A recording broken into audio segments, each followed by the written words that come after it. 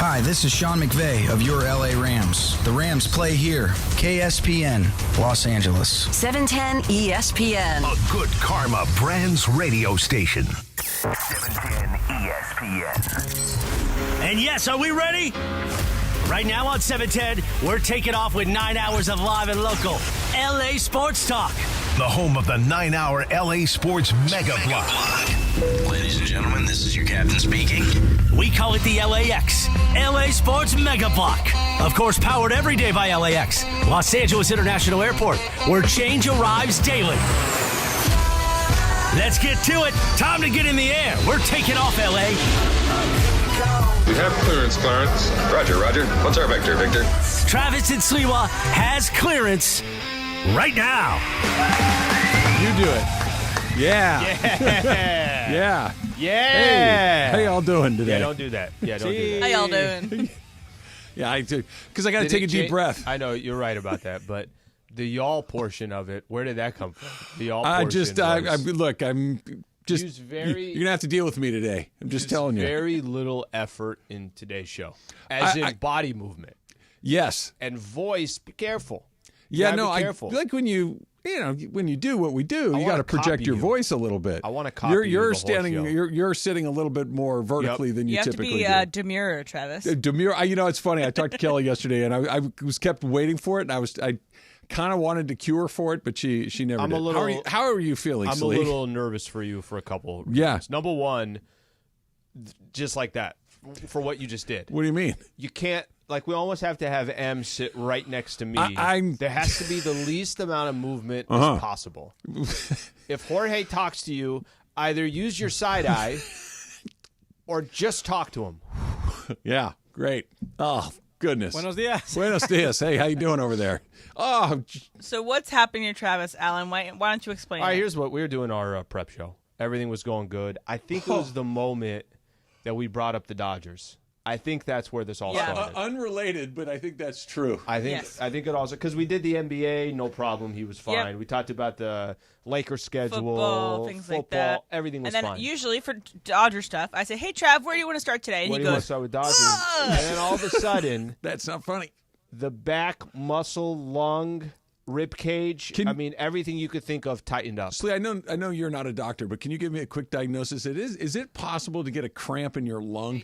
Because that's what it feels like. I feel like my left lung is cramping. Like never your back heard that. lung. Yeah, no, right? I've never heard that, because you said earlier, I think I have a cramp. It's near my lung. I don't know if I've heard that before. It feels like it's inside my lung, like not near my lung, but actually in the interior in your of it. back, not your front, which the front would be concerning because you're like lung, heart. No, this it's is not. all back. It's not near my heart. It's more to my flank and kind of wrapping around. But I'm sure it'll get more and more comfortable the more and more I talk and spin around a lot all day. That should help quite a bit. You took some stuff that hopefully helps. Yeah, but that was what I need. See, you guys are all letting me down today. I have over-the-counter medications. You were very nice, and you went and found me additional over-the-counter stuff. From Ron over you there. stole Ron's Advil. I had my own Tylenol, but I'm on. These are M&Ms? I need one of you guys to be holding. I need one of you guys to be having something that. Where's Johnny I when you need a right? Where's Ireland? Because Ireland would have the orange pill bottles to get me over the finish line. Ireland is one, and for all I know during Laker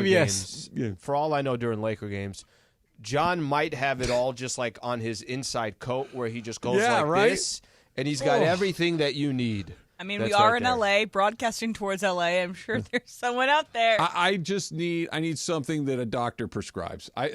We'll see. I'm going to be optimistic that I may have to adjourn to Emily's side of the building and you should do it standing up there. So we'll see how that goes. Two people come into mind during this situation. Number one, Dr. Clapper comes into mind. Yeah. Just to kind of figure out how are you? Should I call him? I need a Clapper vision on a lung cramp. To figure out what's wrong with you. And number two, they happen at work. Joseph S. Normand. Just maybe there's an opportunity. Sue the Dodgers. For the both of us. Sue the Dodgers. Yeah.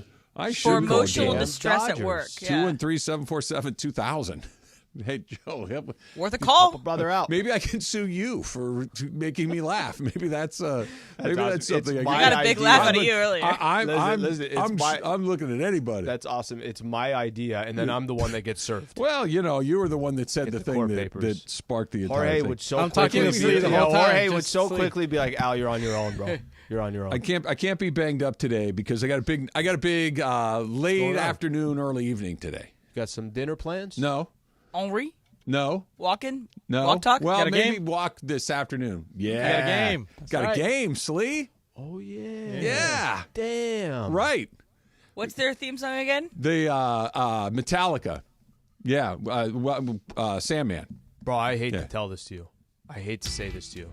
That one, yes. I hate to say this to you, but you might be on the injured reserve Nope, tonight. not a chance. It's worth it. I'm going down with the ship, Slee. Can you do the dolphin I call? don't think you even have. I don't. No, don't do it. Don't do any calls. Don't do anything right now. It's the wounded dolphin. It's caught in the tuna nets. Oh, no. Yeah.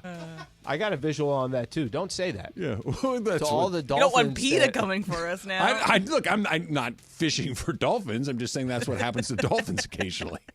I'm not doing it. I'm just saying it's a thing that happens in the ocean. And also, this would help.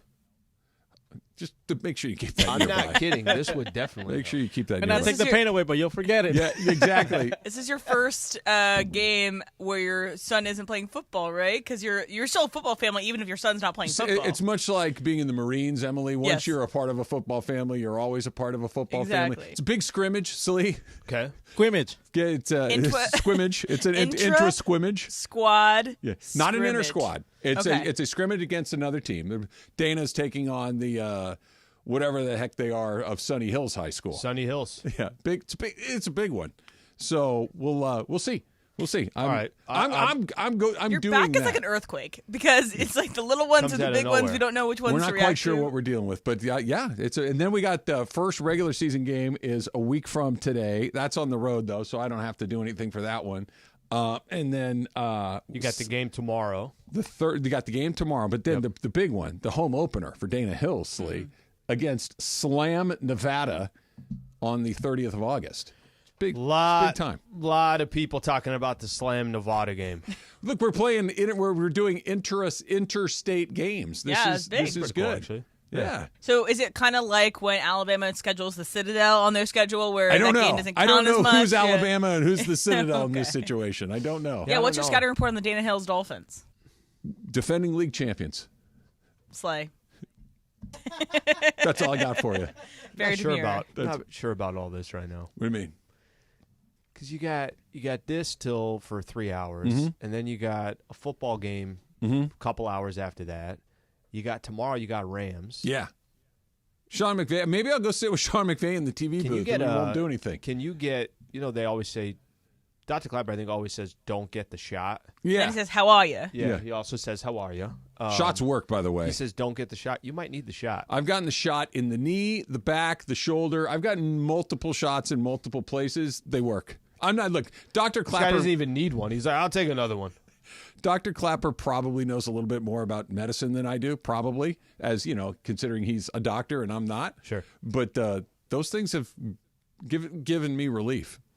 This ever happened to you before? Once before, and that ended with the. But that was how are you? But you said that was different, right? That wasn't. It's not the same. It's in a different spot, but it's in this similar spot on the other side of my body. Okay. Yeah, that ended with me in the ER on all the good drugs. So maybe we're trending in that direction. We'll see. Have I ever sat like this for this long in my entire life? Listen, if that happens, if you end up with all the stuff that you're talking about, then I'm driving out to the Dana Hills football game later. You want to fill in? No, I just want to listen to you. Like, damn, Travis is letting everything out. Oh, look, if I can, Dana Hills will get done today. Dana Hills will get done today. All right. It's a scrimmage. How could I miss it? A scrimmage. A scrimmage. An inter-squad scrimmage. Yeah. Emily did make me laugh with an anecdote from earlier. How long ago did that happen to you, Em? It was like a couple weeks ago. You gotta tell Slee this. This is so I was terrific. trying to make Travis feel better. And I was like, okay, I want to make Travis laugh about something. And today, if you're not watching on YouTube, which you should be watching on YouTube, ESPN LA, I like this outfit. This is one of my. I like this outfit. I feel comfortable in this outfit. Comfortable, it's a casual, Friday outfit, yes. so whatever. So this shirt I was wearing on a date, and I had a similar outfit where I have jeans on now. I have jean shorts on on this date. We were just going to go have a little picnic somewhere. Okay. So it didn't need to be super fancy or anything. And I had these socks with stripes on that you could see. So anyway, when I got ready for this date, I was like, I definitely look like somebody, but I don't exactly know who it was. And I could probably feel like it was kind of like a little boy. I felt like I kind of looked like some famous little boy, but I couldn't put my finger on it. So date's coming to the end, and I ask him, so I look like somebody, right? Like my outfit makes me look like somebody, right? Reminiscent of. And then immediately, this person was like, Chicken Little. You look like Chicken Little. Slee. It's the striped shirt. It's the glasses. That's it's the shorts that I was wearing. It's and the I was glasses. Because at first when you said Chicken Little, I envisioned Chicken Little with a red and white striped shirt. Yeah. Chicken Little wears a green striped shirt, but it's more the glass. It's the round glasses. The round glasses, the striped shirt, and then I was like, amazing. Originally when I got this outfit on, I was like, maybe do I look like the guy from The Sandlot, the catcher, Ham? Yeah, and I was the like, great Hambino. Yes, exactly. I was like, maybe I look like him a little bit. Maybe I look like a both mix of Ham and Chicken Little. But I like this outfit. So, what was your response when you were told that you were dressed like Chicken Little? I was like, that's who it was. I was not famous at all. You were relieved that you would identify. We went on more dates, so it was fine. But it was like they just had it immediately. When you said boy, I thought of this character El Chavo. I grew up watching this character. It's a bunch of kids. I live in this neighborhood, and all they do is just mess around, whatever. But when you said little boy, it reminded me of El Chavo. Stripes are in, guys. Stripes are in. They're coming back. If they were ever gone. So good. I also wore this to Disneyland one day too. Did they ask you to sign autographs? Was it a Disney property? I'm not sure. It is a Disney property. Yes. Chicken Little was. Careful, bro. You just made yourself laugh like that. I'll be like ready to happen. I was in costume like a character, like one of the Disney princesses, but I'm Chicken Little walking around. There you go, Disney's Chicken Little right there. Yeah. I should have signed some autographs, give people some pins, ask people for photos, but no, I like this outfit. No one's gonna tell me I don't like this outfit. Do you, Em? You're comfortable. You look fine. And if it's got a little bit of a Chicken Little vibe, we can deal with it. You appreciate Chicken Little. He's very pessimistic. He is. The sky is falling. Well, maybe it is. Maybe he's ahead of the curve. Maybe he's just trying to warn everybody. Well, that's what that movie is about. Because the sky is literally falling. Because there's aliens coming. Right. That's You're right. Too much.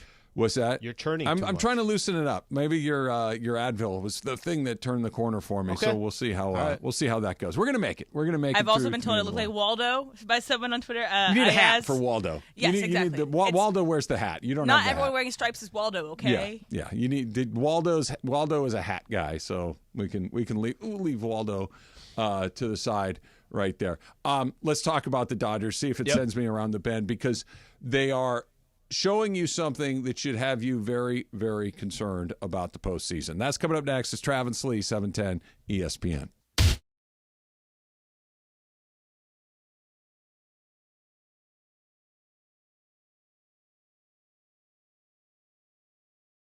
I've been feeling so sluggish and just kind of blah. Been there. That's why I take Align yogurt-coated probiotic fruit bites. But I suppose they taste blah? Actually, they taste delicious. It's an apple blueberry flavored center covered in a yogurt coating and is infused with probiotics to help support a healthy gut. They come 5 in a pouch. I just toss one in my bag and go. Toss one in my bag?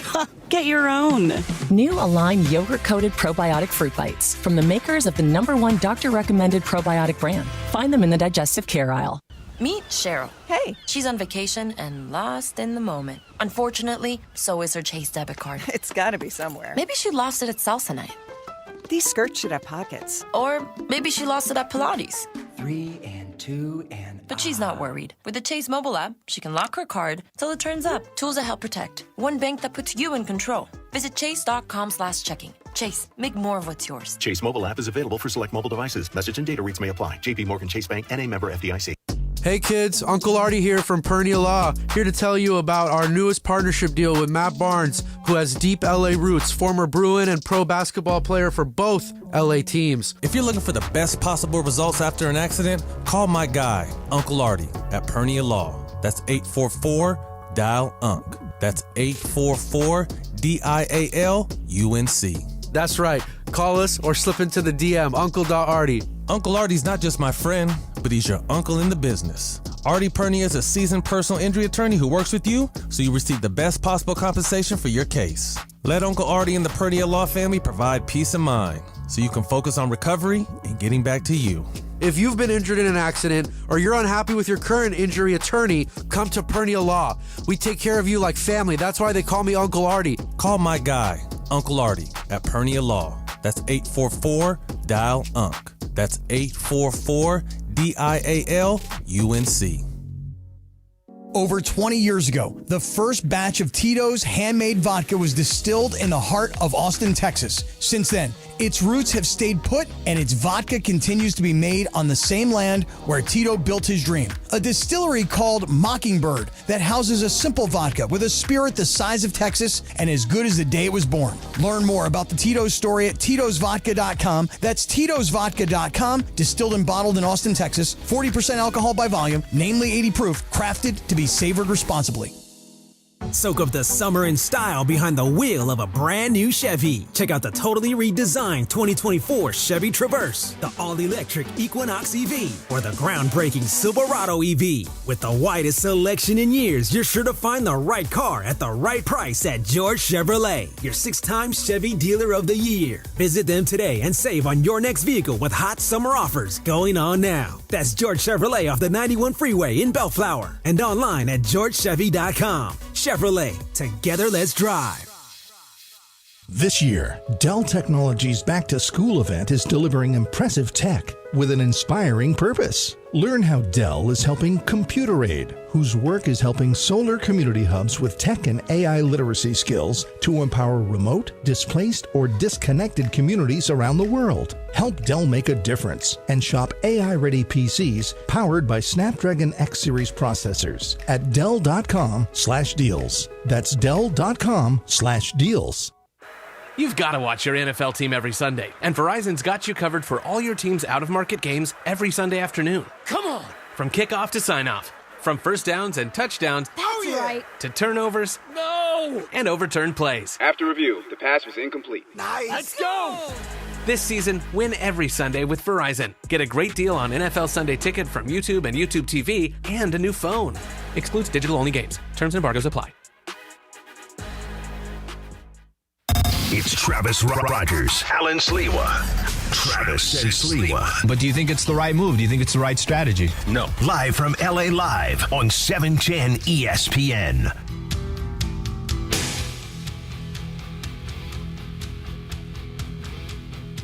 See? Getting me in the mood. So is this when you run out of the tunnel and then the team follows you? I wait for them to go, and then that's when I go to work, Slee. Yeah. And now your Dana Hills Dolphins. Not bad. Not only kind of like that. Not bad. Literally exactly that. Exactly that. Right when the beat drops, yeah. Right. Well, I wait for them to go. They got the. I don't know if they'll do it today because it's a scrimmage, but they've got the banner that they go through. They got the fog machine, and I wait for them to go, and then what you said. But not today, probably. Love the fog machine. Fog machine's awesome. Yeah. I can get a fog machine for my house. Yeah. When I walk into the kitchen, I'm here. I also like the painstaking time you have to take to make those paper banners to run through, and then immediately gone. They're up for a minute, and then the first. And by the way, only the first guy gets to smash it. My high school, the cheerleaders would paint it. Yeah. Every game, the cheerleaders would paint whatever, smash them, Cougars. That's my team, or something like that. Were you guys the Cougars? Yes. Oh, okay. Cortland Cougars. I know you were the Eagles. And then don't tell me Nogales High is the Knights? Nah. No, what is it? The Nobles. The Nobles. Yeah. I knew it was alliterative. Yeah. I knew that. Yeah. Nobles, the Nogales Nobles. I should have known that one. I disappointed myself. Do you have all the names down? Is everyone good on? Pretty good. how you're calling them out? Right. Well, we'll find out. Last year we had a couple of bumps along the road, and the first one, the dads are coming up. That's not how you say that. So Sorry, can't hear you. Can't hear you. Did I not tell you? So last year I got a kid on the team who's hurt. And he's doing like the video camera in the press box with me and my buddy G-Fish, who's my spotter. What up, G-Fish? And this guy says, it's not funny, Emily. It is a bit funny. Stop looking at her. You're that's very good advice. You're churning like you're I know. in a salsa dancing. So this kid is in the booth, and I get the roster for the first time. Okay. And you see some names that I'm unfamiliar with, and I want to make sure that I get them right. So this kid's on the team, mind you. And I said to him, hey, how do I say this kid's name? And he tells me one way. I'm like, okay, so I write it phonetically on my roster. Run into another one. Hey, how do I say this kid's name? Do this to 4 or 5 different kids. So, there's a couple of names that I'm not familiar. So the game starts, and I do the first one that I run into that I didn't know, and I pronounce it like his teammates told me to say it. And 10 seconds later, the mother is up there. That's not how you say his name. I'm like, oh, okay. How do you say it? And she tells me, and I'm like, okay. And I kind of look at the kid like, all right, thanks for nothing, kid. And this happens 2 or 3 more times. And finally, I'm like, are you even on the team? Like, how do you not know your teammates' names? Because I just thought that's how they said it. Like, or he was messing with you. But it was a very weird way to mess with. Look, if that's what it was, then that's funny. If he did it intentionally to mess with an old guy, funny. But I think he just wasn't paying attention to his teammates. I might have to. You might have to come out of the game. I'm fine. Are you ready for the woman that always asks for your credential whenever you walk into the stadium? We won't have her. I won't have to deal with her until the 30th. That's the first time that she'll be there. She'll be there. She'll be there. But she'll be there not for a scrimmage. And then it was like the last game of the season. Like, oh yeah, you're the guys. Yeah, we're the 2 guys that show up an hour early. We're not trying to save $7. Yeah. She's trying to keep the economics of Dana Hill. I understand, but we're not.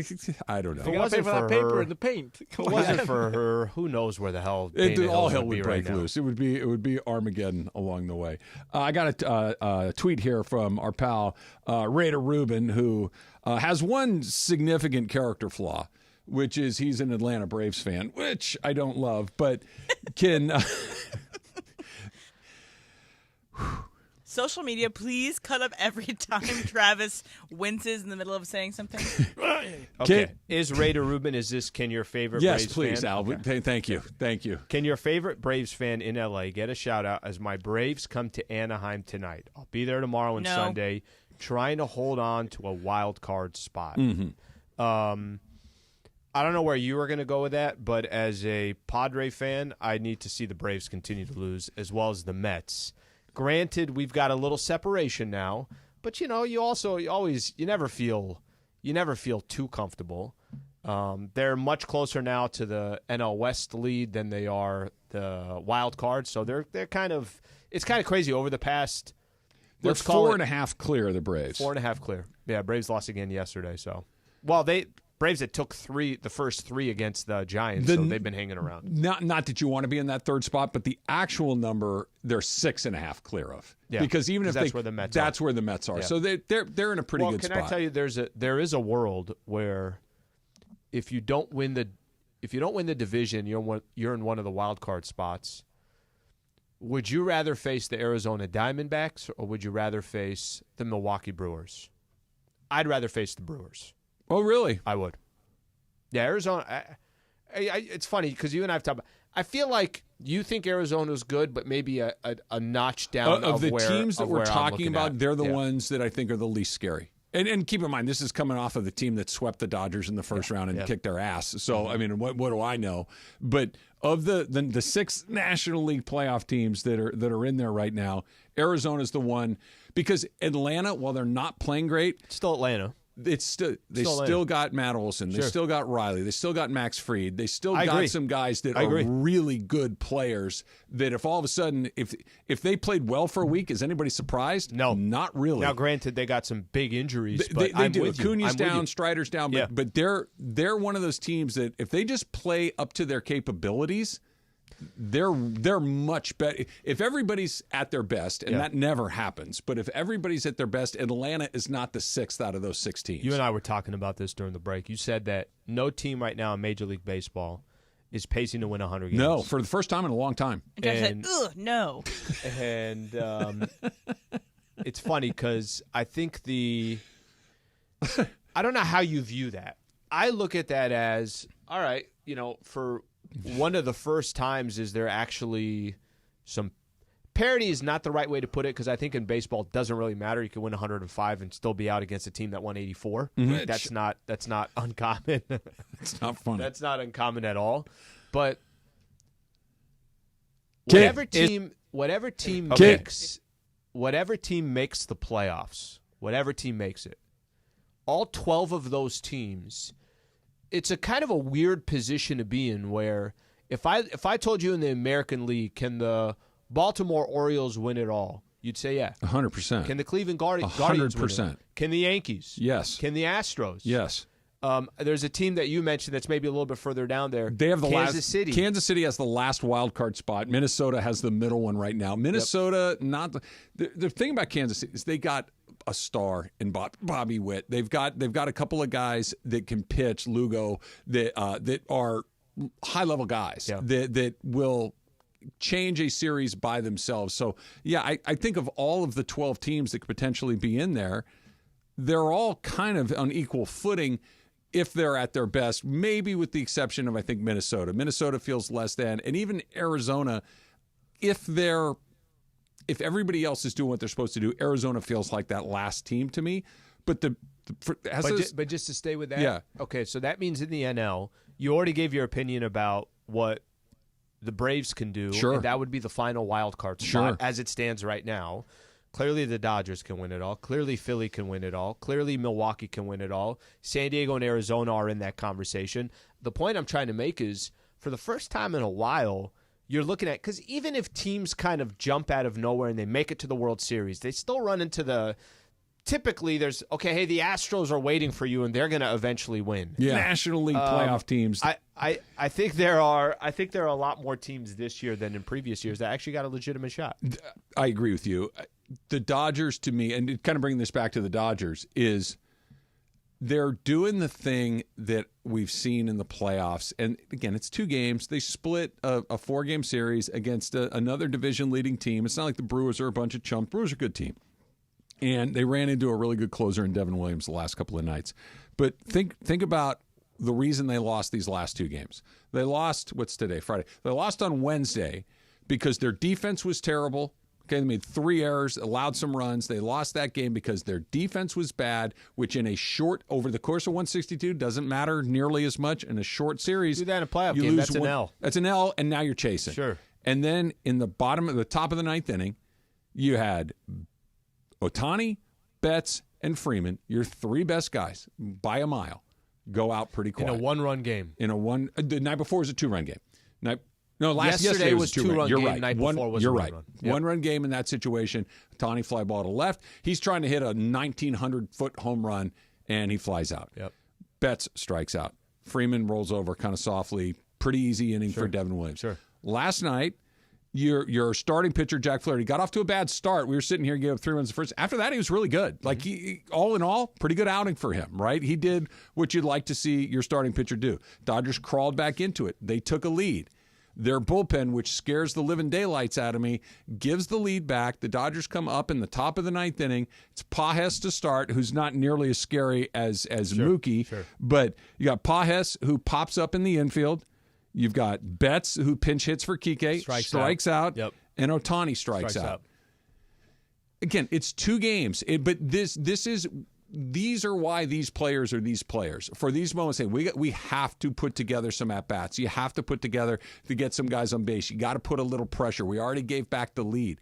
This is how playoff series, your best guys aren't your best guys. Your bullpen's a little wobbly. And, oh, by the way, you're facing guys like Devin Williams, really good pitching in the postseason that can lock up your best guys. Let's do this when we come back. But I want to go back to what you just said about the starting pitching and the bullpen from yesterday. And I think if you're a team on the other side, yesterday's game played out exactly the way you want to play the Dodgers. And I'll tell you what I mean coming up next. Stay right here. Travis and Sliwa Show, 710 ESPN.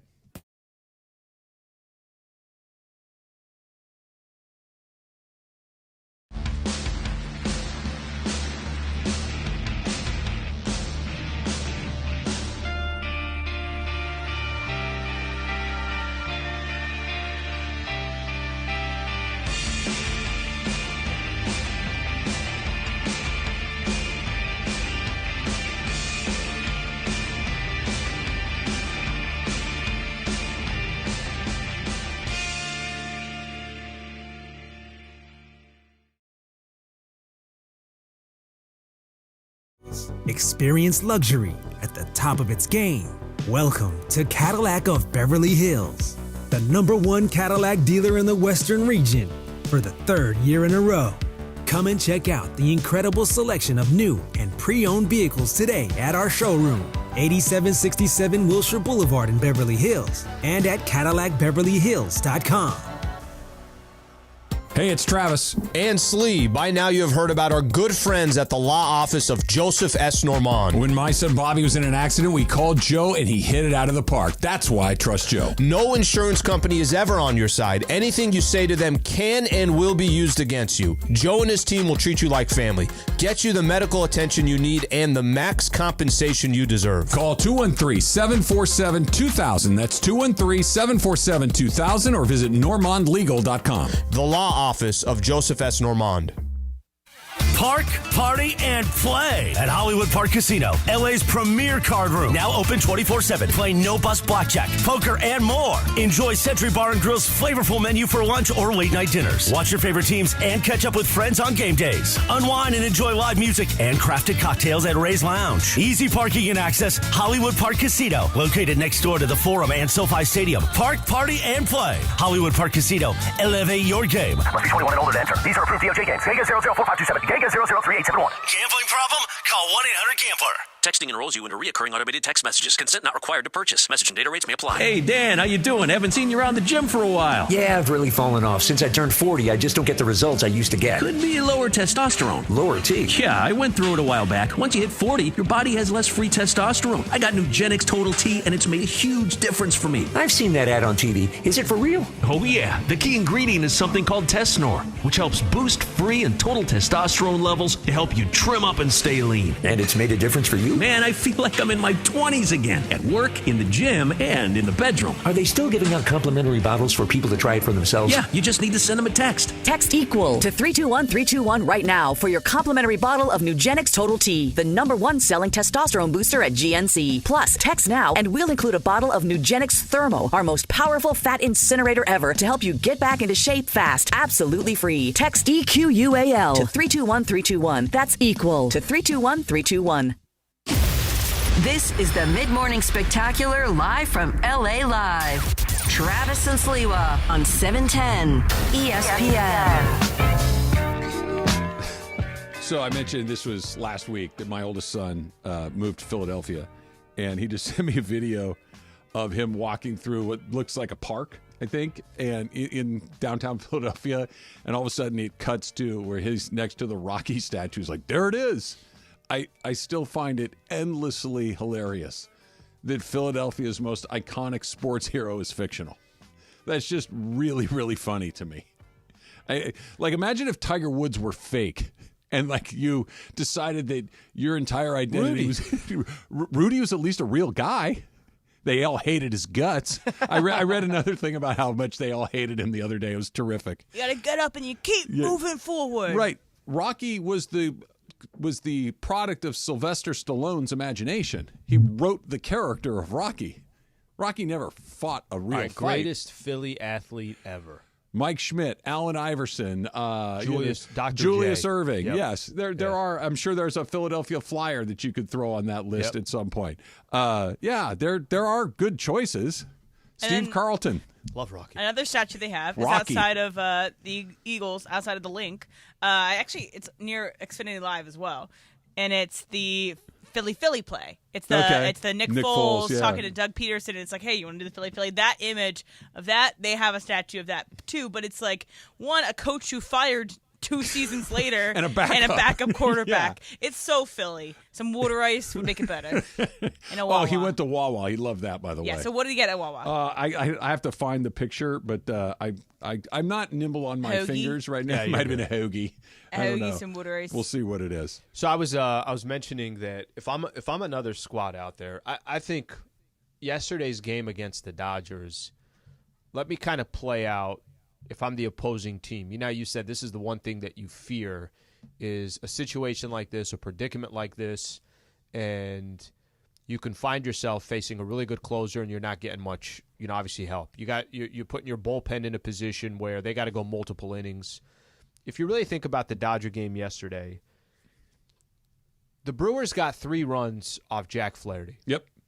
Nothing crazy, right? Not like he gave up 5 runs, something Yeah. like that. They got 3 runs. However, and Flaherty, like you said, after the first inning, he was fine. He was nails. He Yeah, was it's great. good, did a good job, got some key strikeouts when he needed it. But this is what happened to the Dodgers. When the dust settled, you're another team. You got 3 runs off the starter, and he was out in the 5th inning. Yeah. That means you're in that Dodger bullpen for the 6th, the 7th, the 8th, and the 9th, and I already got 3 runs in the book. In the books. And I'm not trying to make it sound like it was 6-0 or anything like that, but I think if you're a team that could hang around against the Dodgers, it's going to depend which starting pitcher. Glasnow has pretty much given up around 3 runs over his last couple of starts. It's been around that.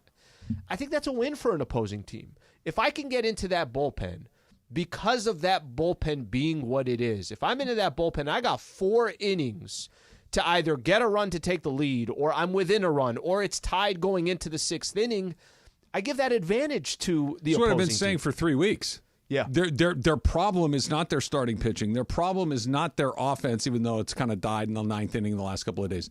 Their problem is what you just described. I've been saying this for weeks. You have to cover at least 3 and frequently 4 or more innings in a playoff game with bullpen arms, right? Clayton Kershaw is not going to pitch into the 8th inning of a playoff game. Yamamoto is not going to pitch into the 8th inning of a playoff game. Sure. Neither is Jack Flaherty. Your one hope to get real significant length is probably Glasnow. But again, he's not going to pitch 8. He might give you 6 or 7, which great, you'll take it. Sure. But under ideal circumstances, you're going to have to cover 3 innings, 7, 8, 9. That's under ideal circumstances. And ideal in the playoffs doesn't show up all that often. And this is the bullpen piece, I've been saying for a while, but I guess my point was more, if you're in a 3-3 game and now it's bullpen versus bullpen.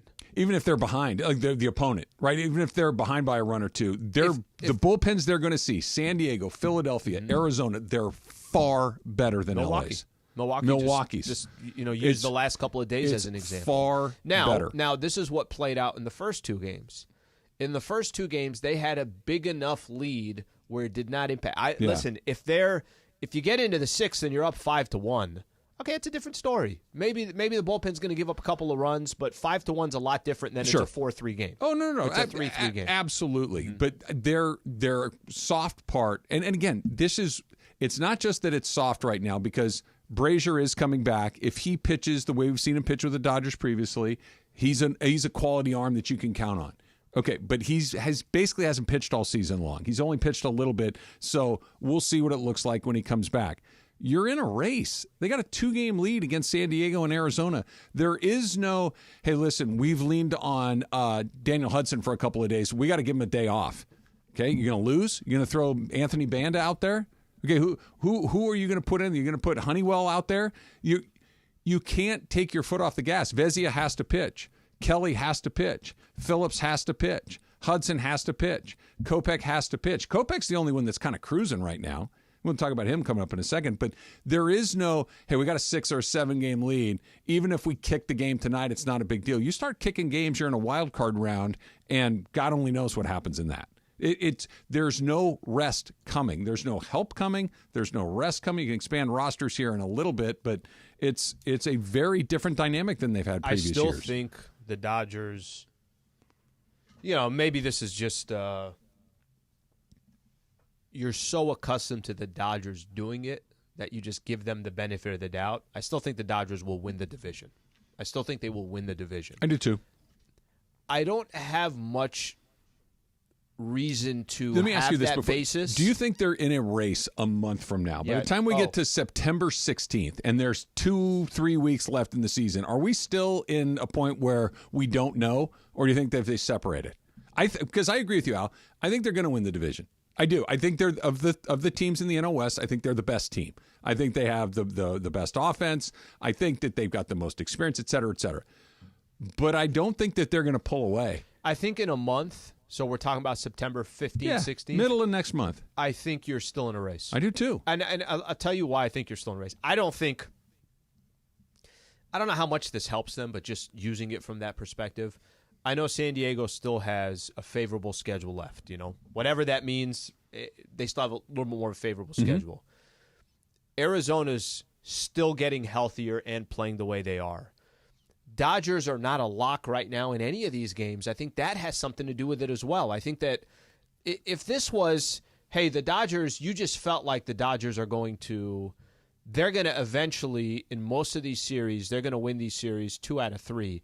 I don't think that's a guarantee either. Like the Brewers series is a perfect example. They take the first 2 games, and I know Milwaukee is a playoff team, but they had a chance to win the 3rd game or the 4th game and lost both of those. I think the Dodgers will also kind of keep them hanging around a little bit. Here's the good news, Dodger fans. Okay, there's a lot of stuff that makes you go, boy, here we go again. The good news is they are a 71-win team right now. The team with the best record in the major leagues has 72. They're still the best team in the league or very close to it.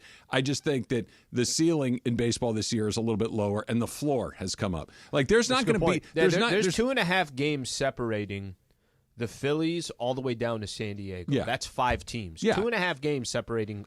I don't think you're going to a bad team in the like last year. Quite frankly, Arizona was just barely better than a bad team. Yeah, just barely. What they have? Maybe 84. They had 84 wins. 84 wins. Yeah. They had 84 wins. Yeah. So that's just barely better than bad, and they got all the way to the World Series. So I don't know if you're going to get that again, but that bullpen is the thing that scares me more than anything. And then we can talk about this coming up at 11 o'clock.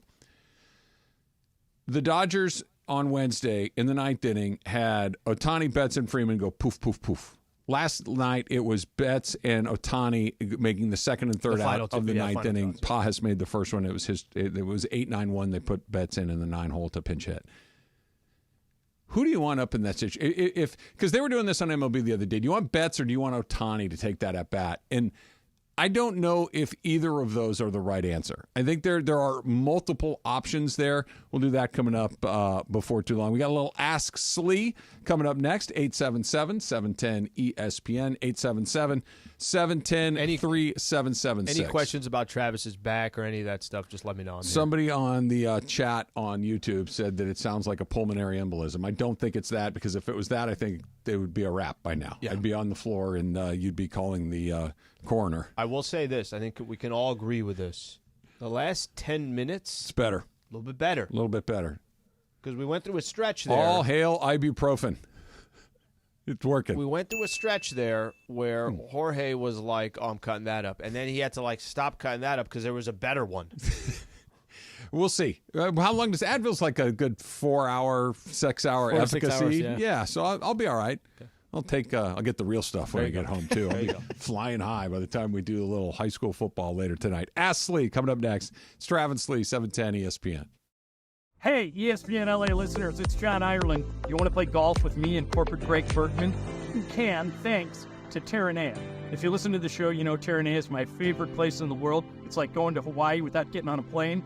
Well, you can play golf with Bergman and I at the links at Terranea, and then we'll buy you lunch. Here's how you win. Send a video of your golf swing to @ESPN Los Angeles on Instagram or on Twitter. We'll take a look at your golf swing. If you impress us, you'll be playing golf at Terranea with me and Bergman, and then we'll buy you lunch. And you can all you can eat, all you can drink. We don't care. We're not paying.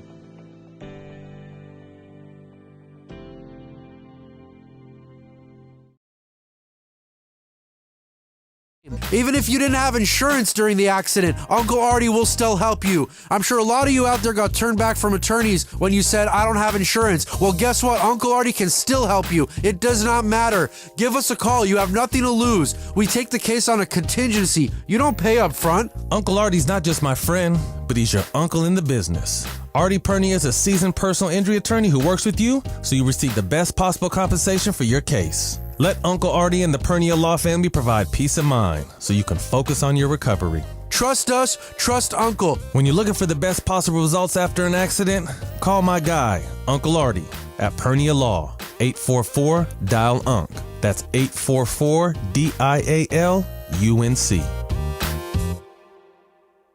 Over 20 years ago, the first batch of Tito's handmade vodka was distilled in the heart of Austin, Texas. Since then, its roots have stayed put, and its vodka continues to be made on the same land where Tito built his dream. A distillery called Mockingbird that houses a simple vodka with a spirit the size of Texas and as good as the day it was born. Learn more about the Tito's story at Tito'sVodka.com. That's Tito'sVodka.com. Distilled and bottled in Austin, Texas. 40% alcohol by volume, namely 80 proof, crafted to be savored responsibly.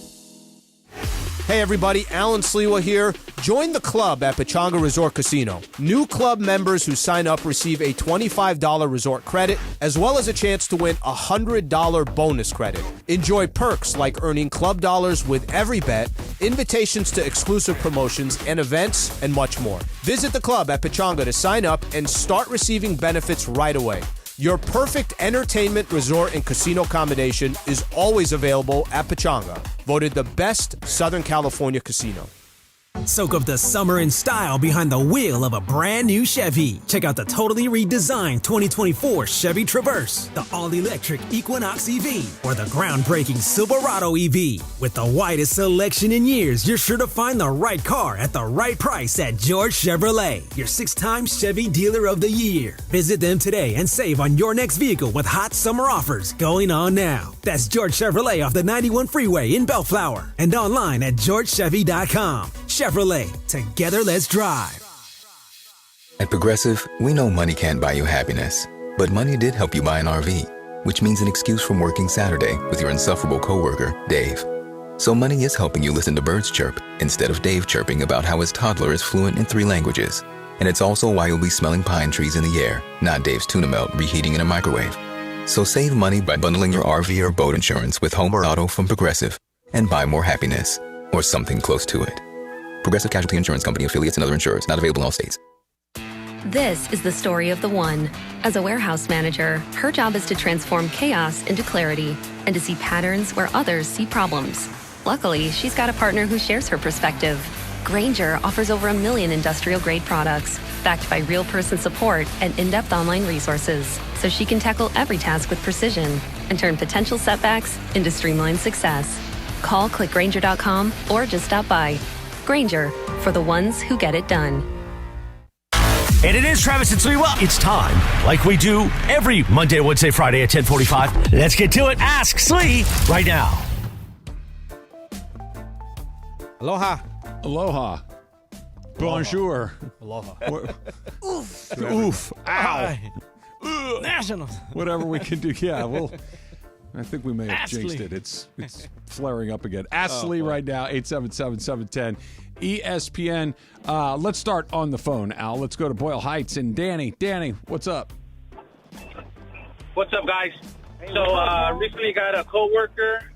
She started talking about getting packages for Christmas presents already, who she's giving out. And I'm like, it's a little bit too early. You know, she's looking up DIY stuff, you know, crafts and stuff for Christmas. Like, it's early August.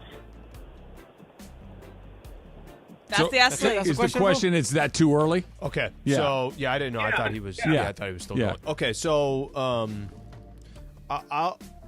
people can do it any way they want. This is what I have somebody that will buy something. Your birthday might not be for 8 months, but they're like, oh, hey, I found this. I think they'd really like this. They buy it, keep it in their closet. 8 months goes by. They're giving that as a gift. That is somebody that is very, very diligent, prepared, thinking of others, the whole thing. That's not me. I feel like the right window to buy your Christmas gifts, and this is the way I've done it, and I haven't even... I don't think that's what he was asking. I think what he was asking is when you start running into Christmas stuff out in the universe, right? Or No, I think he's asking if it's too early. I think okay, my bad. So I misunderstood. I think... was it Black Friday is a day after Thanksgiving? Yeah. I feel like from that to Christmas Eve is the window to get your Christmas shopping But then done. again, you wait till the 24th. That's what I'm saying. I'm awful at this. Same here, I wait bro. till the absolute end. Yep. I don't know what the hell I'm doing. I don't know why I do it, but that happens every single time. And I'm not saying somebody can't buy something before Black Friday. Sure. But it feels like Black Friday's kind of the day where you know what I all do? that starts. And I have nothing but good intentions. I will think of something, write it down. Like, ooh, that would be Susan, the kids, whatever it is. Like, oh, that would be a great thing. Which is very considerate. And I think of it, and then I forget where I wrote it down. Like this is like your passwords. Yeah, well, I have you know how I work on these pads, Yeah. right? And I'll write it on a page in the pad, thinking, oh, I'll go back and I'll be able to find it really easily. I never can find it. I never remember what the things are. So, hopefully, it's the thought that counts. How early do you start buying gifts? I try to have my ideas for what I want to buy by Black Friday, and if I can get majority of that stuff done by Black Friday or Cyber Monday, that's my ideal. I usually have about 70% of that done, and then I kind of have like maybe one or two things that I buy later because things come to me later. But I also am only buying for my sisters, my parents, and like 2 friends. So I'm not like buying all of my kids' gifts, which I understand why that would take a long time. Jorge, we should just go together on Christmas Eve. Yeah, Just exactly. Might as well make it. Watch, an you do your event. shopping, I stand in line for you, then you stand in line for me, I go do the shopping, because that's the way to do Just it. can knock it out in a half an hour. Exactly. You can get the whole thing done in less than I an will hour. tell you this: along not the way. many people at the mall on Christmas Eve. I wouldn't it think works that there out. would It be. works our way. Darby, the OC, says, Slee, rank the correct positions a key card should be. Or I've blown this. Let me start over. Okay. Rank the correct positions a key card should go. Granted, it still works. Around the neck, retractable string on your belt, in your wallet, or in your briefcase. Okay, I'll tell you what I do. Mine is I got a backpack. Your badge or your key card for Yep. people who have that. Yeah. Exactly. This thing. Exactly. To open the door at work. To operate the elevator. Whoa. It's for the for the elevator. Yeah. I know not all of them yeah, will work. not Mine ours. still is up in the air, which tells you everything. I am always I get out of my car, I grab it, it's in my backpack, now it's in my pocket. I get to the elevator, I use it, and the moment I'm done, it goes right back into my backpack and I don't use it again. And the only reason for that is once we're up here, we don't need it. So briefcase is number 1. Yes. What about the remaining 3? Around the neck, string on your belt, or in your wallet? Wallet not happening, so that's last. String, there was a while where I had it. Yep, I had that bad boy string, and so that's number 2. And then I think 3 is around your neck. I did that very briefly, but I didn't do it very often. That thing. That thing. Well, Travis never takes his lanyard off. No, I have guys, a feeling. you don't I have a understand. feeling you literally will be at Dana Hills with that on. I have this around my neck. I keep it in the glove compartment of my car to pull into the lot. I need to get it because that's where the parking pass is. Around the neck, go downstairs, same thing, put it back. Otherwise, I would go through one of these a week. I would never You'd find lose it. Yeah. I would lose it 100% of the time. I had this for 10 years. System works, people. System works. All right. My question, Emily. I got one from Porky. He asks, what's a food combination people eat that you just can't get behind? Like Travis is a hater of ketchup on hot dogs. Porky says an example of dipping your fries in mayo. So what's a combination of food that you can't get behind?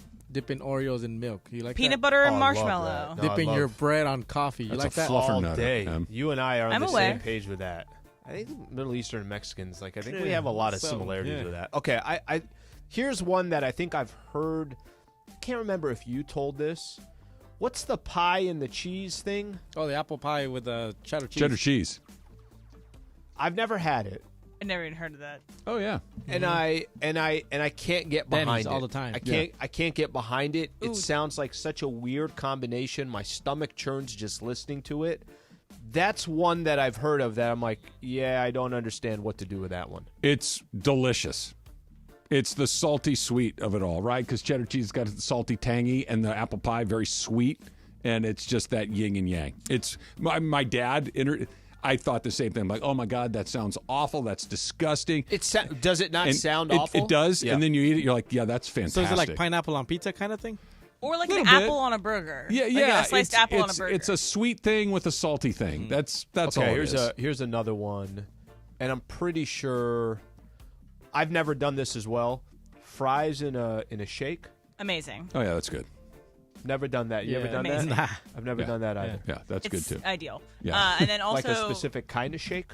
Any shake, Doesn't any matter. fry, The put Frosty. it in. But the Frosty and the French fries from Wendy's is like Yes. the origin story of that. Oh, really? Taylor Smith, our old board up, used to do, or at least his elementary school or high school, whatever, did the cinnamon rolls and chili. That's weird. That's an Iowa thing, though, Yeah. apparently. Dang. Yeah. Yeah. Jorge, what do you got? This is from Brian, LA Kings fan 41. What is worse, biting the side of your mouth, burning the roof of your mouth, or a paper cut? I guess when you're chewing too fast. You know what? I don't know why, but this one, biting the side of my mouth, I think is the worst. Because I feel like once I get it, and now it's like flares up a little bit. Keep biting it more. Keep biting it. Yeah. The paper cut, I'm least concerned about, even though that's annoying. You notice when you put sanitizer on. You're like, Oh, yeah. I've had a paper cut for the past week, and it sucks. It You can't, sucks. You can't You're have 100% you wash right. your It hair. sucks. You can't wash your hands. It sucks, but it's not. A week is a long time. I feel like it's a day, and then the body takes over, and it comes in and rescues you. Oh, you have special skin. He's Wolverine over there. He's The self-heals. second worst is the burning the roof of your mouth. I don't know. What That's the worst one. Because it's not just a roof; it's a tongue too, And everything tastes there's like nothing you do. crap for the next day or two. You can't breathing- eat anything. Yeah. What's the one thing you wear that makes you feel cool? Pocket watch, fedora, Sedell Threet jersey, other? That makes you feel cool. I don't know if this makes you feel cool, but there's something about when you gotta put a nice suit on. Yeah, that's the right answer. Like you just there's a certain Especially if you don't feeling wear to one it. every day. You don't wear one every day. Throw a good suit on. Sometimes we do this less now, but for a lot of the Laker games, I used to throw a suit on. It's just a good feeling. Like Yeah. wherever you're walking, people looking at you like, "What does he do?" I'm like, I don't even know. It's a pregame show. This isn't something you wear, but holding a martini glass makes me feel cool. I love those things. I love the glass. I love the drink. Everything about it makes me feel It's very terrific. demure. It's very demure. Speaking of suits, you used to be on the other side. How many suits do you still have? Like, do you used to have all of your suits, or you just decided like, oh, I can get rid of this one, I can get rid of that one? No, I think I have 3 suits right now, but they were all bought within the last year and a half. So what do you do with the old ones? Donate them? Just donate them. Okay. Yeah, we wear the hell out of them. And those after a year of wearing, we didn't wear the jackets that often. Like a lot of times, you just had slacks on, some nice shoes, and a nice shirt or a nice polo, something along those lines. So I really wasn't wearing suits a lot there. I was wearing suits more when I was across the street. All right, one more right here. This is from Jacob. Jacob writes, when was the last time you made an excuse to get out of something you were previously committed to, and what was the excuse? Like you said yes to a thing, and then you decided later, I don't want to do the thing, and what was the excuse you made up to avoid the thing? Here, I'm pretty good with this. If I don't want to do something, there's a very good chance that I'm just Out of the gate. Out of the gate Yeah. saying, I don't want to do this. Or an excuse that I've used a lot, either way. Either it's, I got to be in San Diego, or it's the opposite, I got to be in L.A. Perfect. Like getting out of Disney early. I Like, just match those two together all the Perfect. time. Yeah. Perfect. Do you have a go-to, Em? I'm just not feeling well. Yeah. It's if it's a day of cancellation of a party I don't want to do, I say, hey, I'm just really not feeling well. I told Em yesterday, I said, I you want to love go get a these. cup of coffee? She said, I'm not feeling good. Do you have one, Jorge? Yes. It's the weekends. LAFC plays, the Rams play, SC plays, the Lakers. You got to work? I got to work. Yeah. Yeah. You guys like Real Madrid. He's throwing No, random I'm serious, teams. but there's There's always a thing. sporting event. Yeah. Yeah. And where do we work? Have you used this one yet? Something came up with the kids. Nah. No? No. Not don't say they're sick because that's bad luck. Right. Right? No, no, no. But just you know what? I know something's come up with the kids that I have to do. I'm not going to be able to make I it. always put me as Yeah. a Blame someone else, yeah, Jorge. nah, Come on, man, get with the program. I don't want something that really happened. No, I don't. No, don't say something bad happened. Something came up. It could be you got to go. Oh, I got pulled take them to over. the park. Yeah, you got to go. they have a play date they You got have a play to date, go right? to, It doesn't. It's not negative. It's just something that you need to attend to. I got to work. Yeah, work's not a bad way LAFC to plays do it. tomorrow. All right, so who gets the bat? Where if you could pick the guy for the Dodgers in the moment, who's that guy? That's coming up. It's Travis Slee, 710 ESPN. All right, so Prize Picks is giving you a fantastic one. As we get closer to the regular season with the NFL, they're giving you a freebie. We've had a freebie with Caitlin Clark. We've had a freebie with LeBron James. In the Olympics, yeah. Freebie with Caleb Williams. If he gets a yard through the air, that's one of your more thans, and you are off and running in Prize Picks, where if you pick 4 right, you can win up to 100 times your money. Okay, I got some action for tonight. Paul Skeens taking the mound later tonight. More or less than 8 strikeouts. Vladimir Guerrero Jr. Hits, runs, and RBIs kind of take a combination of that. More or less than 2.5. And then I'm also looking at Aaron Nola for strikeouts, more or less than 6. The point that I'm trying to make here is it doesn't even have to be your team. You could just find players that you want to follow. You could just find different players that you enjoy watching, and you can get in the action with Prize Picks. Download the Prize Picks app today. Use that code 710 for a first deposit match of up to $100. That's code 710 on Prize Picks for a deposit match of up to $100. Run your game. Starting Monday, September 9th, there's a new fall lineup on 710 ESPN, and it means the 9-hour LA Sports Mega Block begins an hour earlier. Even more live and local LA sports talk on 710 ESPN. The Travis and Sliwa Show will start at 9 a.m. Mason and Ireland move back to noon to 3, and Shinato and Cappy start the LA Afternoon Drive Takeover at 3 p.m. And then at 6 p.m., we are the destination for LA sports. It's a new fall lineup on 710 ESPN, and it begins Monday, September 9th.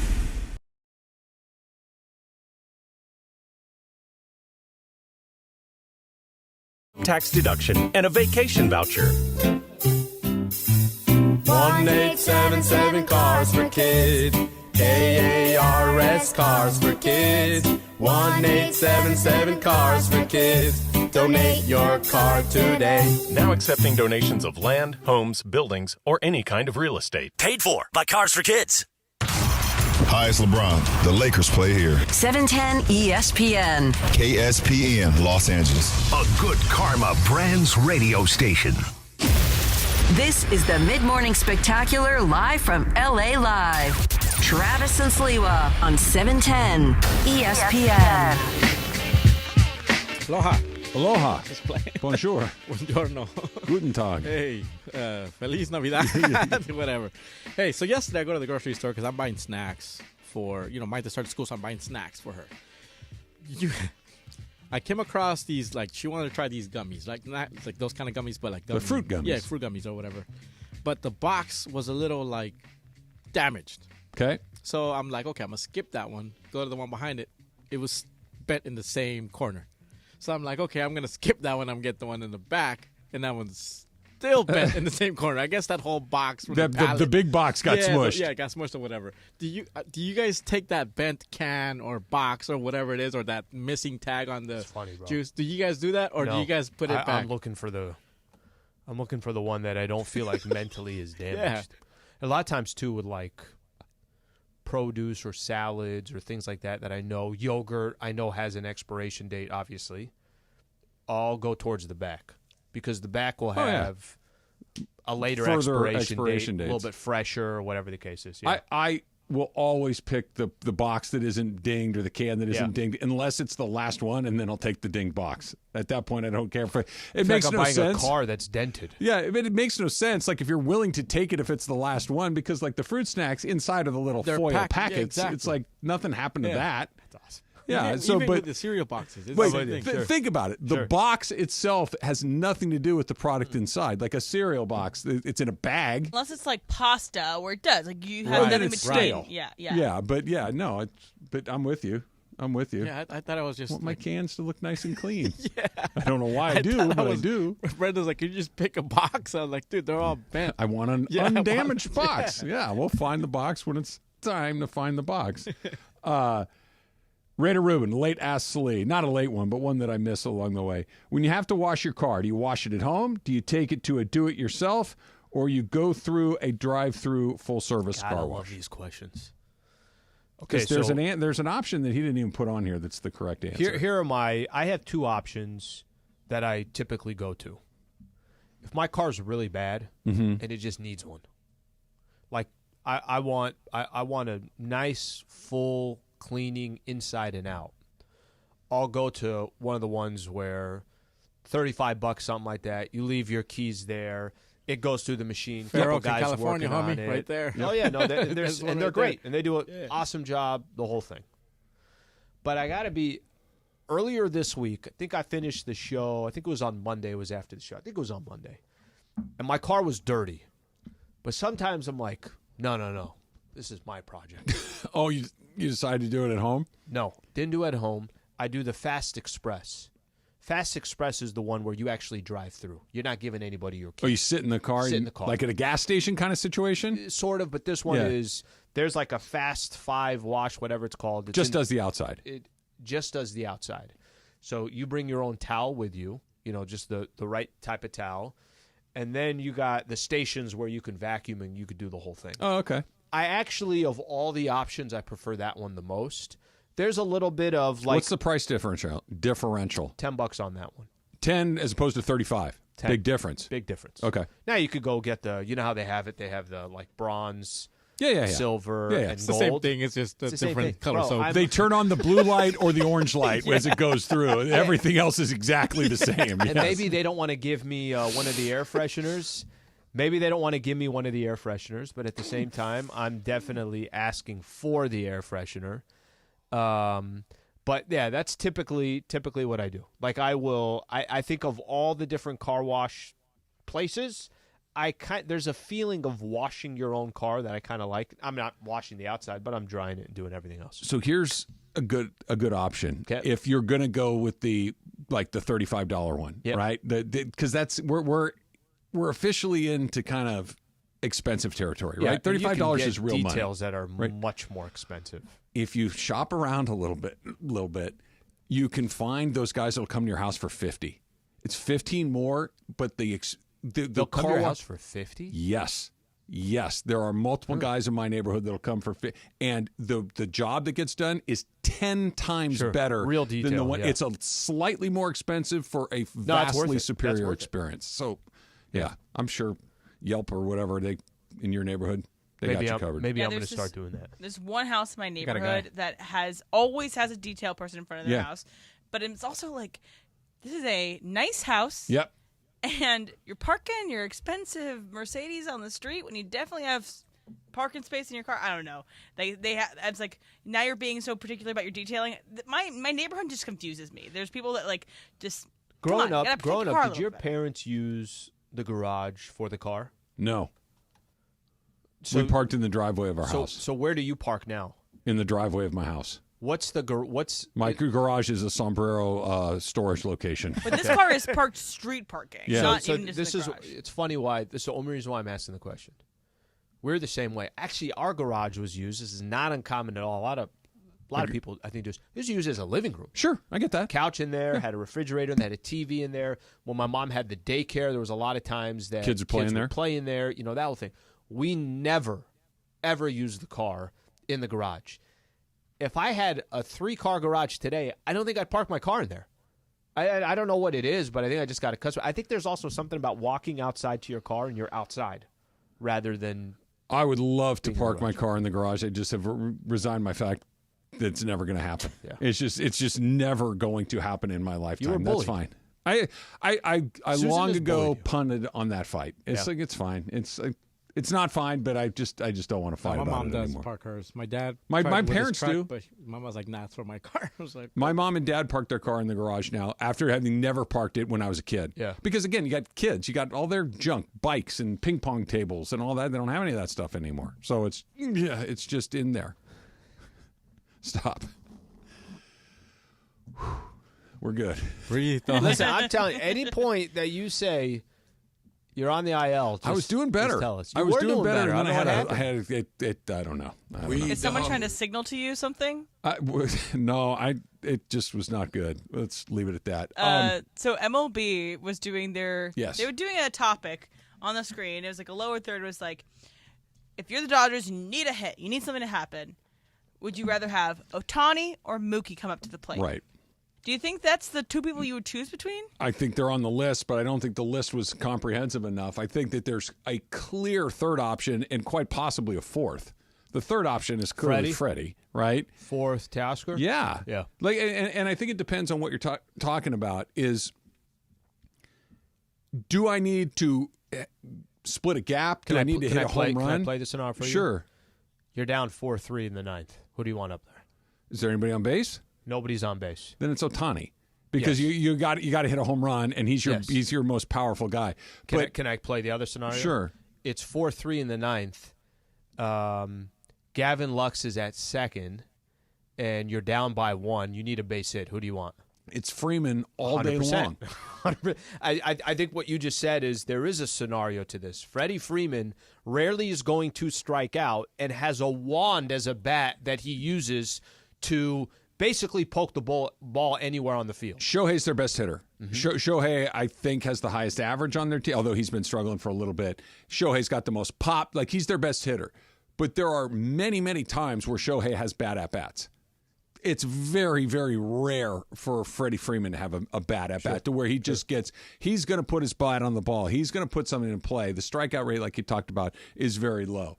I think it comes down to, do I need an extra base hit? Then it's Ohtani. If I need a hit, a hit. Yeah, it's Freddie Freeman. It's Freeman. It's Freddie Freeman. Even if Freeman, I don't know what he's hitting right now. So it's probably 290 something. The averages right now. So Betts is in the lead, but that's also because he has a time fewer off. at-bats. Ohtani's at 294, and Freeman's at 290. Yeah, I'm taking Freeman all day long. By the way, there was listening yesterday to the game, and this is actually on the Brewers broadcast, and Mookie was coming up. They're obviously down 2 runs. The score is 6-4, and they kept saying, and obviously this is nothing crazy, but they kept saying, listen, Mookie gets on. There's a legitimate chance this game could be tied. Shohei was next. Yeah. And in the moment Mookie struck out, then the conversation just, you give up a solo shot all you want. No, he's going right at him. That's the threat of Shohei Ohtani. No, he's going right at him at that point. Yeah. We can talk about this, and we will talk about this. And is it Mookie? Is it Freddie? Is it Ohtani? Is it even and Teoscar can kind of live in both of these camps. Somebody that we're not talking about needs to be the guy to kind of unlock this for, I think, the rest of these guys. We've talked about that maybe Ohtani can be that guy, having never played in the postseason. He comes in, he's feeling really good. He's going to win the MVP. He's going to come in as the MVP, bat and lead off, and maybe he just knocks down walls and everybody goes, okay, here we go.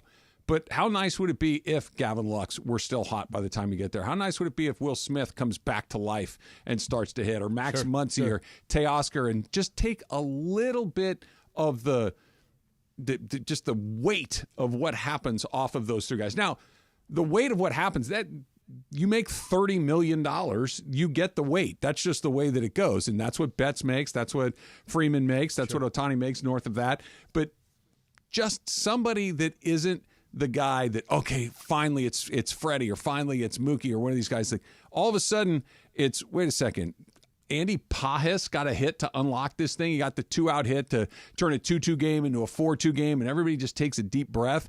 It feels like that happens. Those teams, who was the guy, it was Rosario against the Braves and the Dodgers a couple of years ago. They couldn't get the guy out. It wasn't Riley. It wasn't, at the time, Freeman or Acuna or any of these guys. It was Rosario. You're like, who is that guy? I don't even know who that guy is, and he just murdered the Dodgers. I think in any playoff run. By the way, there's been you've had Trent Grisham go on just like random examples. But anyways, I think most of the teams that have the most success in the playoffs, there is a moment from the bottom of that lineup.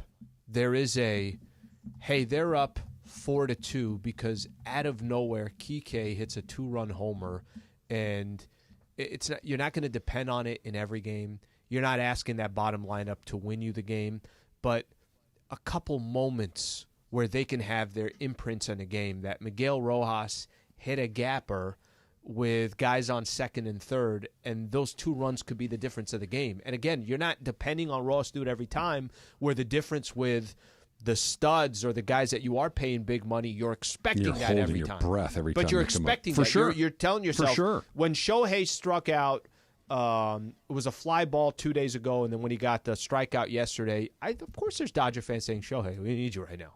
Right? But if he's been cold, if Pajes came up and he just lined out, it's like, yeah, well, it's Pajes. This is Ohtani. Like, Ohtani's cold right now. Since the All-Star break, he's been kind of cold. But since the All-Star break, we kind of started talking about whether he could go 50-50. Like, that's how stupid. That's how stupid that guy is. That 50-50's in play, and oh, by the way, you're kind of cold. How can those two things be true at the same time? And yet, here we are. If you had any question at all about why the Lakers are in the LeBron James business, we'll clear it up for you next. It's Travis Slee, 710 ESPN. And coming up. There's nothing like NHL hockey, LA Kings hockey on 710 ESPN. Welcome to the family. Brand new partnership. We're excited to have the Kings right here, the home of the Los Angeles Kings. And Trav, now I just need an invitation to go catch a game. You have been giving you one forever. Now you have to across the street. Now it's across the street. Go Kings, go. Go Kings, go. The Kings are back on 710 ESPN. Believe it or not, I did pregame for the Kings 25 years ago. Damn, I'm old. Luke Robitaille, the rest of the Kings organization couldn't be more excited. Go Kings, go. Go Kings, go. Nothing like live hockey. Nothing like seeing it in person. Nothing like watching it on TV. Nothing like listening to it on the radio. And we've got them on ESPN LA. Go Kings, go. We're so excited. The LA Kings have found a new home right here on 710 ESPN. Can't wait to see you on the ice. I want to congratulate the LA Kings. You are now on the greatest sports radio station in America, 710. And guess what? Now I get to be one of the ice girls at a Kings game. Go Kings, go. Go Kings, go. Go Kings, go.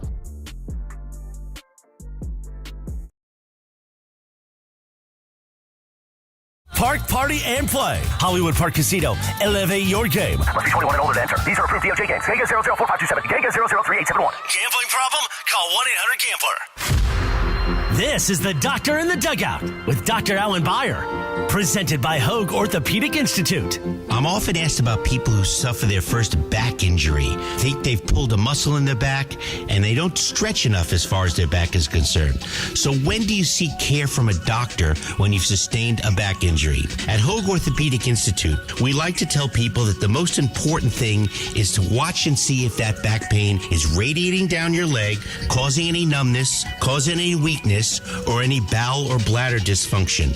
These are surgical problems usually and require a more urgent visit to the emergency room rather than waiting to see the doctor. If none of these signs are present, it's safe to wait it out, rest for a few days, and seek medical care from your doctor within a week or so. Hope that helps. Keep stretching your back. If that doesn't get better in a week or 10 days, that's when it's time to seek the orthopedic specialist. Hope this keeps you on the field, and keep listening. We'll be back soon. Keep listening for more on the road to recovery right here on 710 ESPN.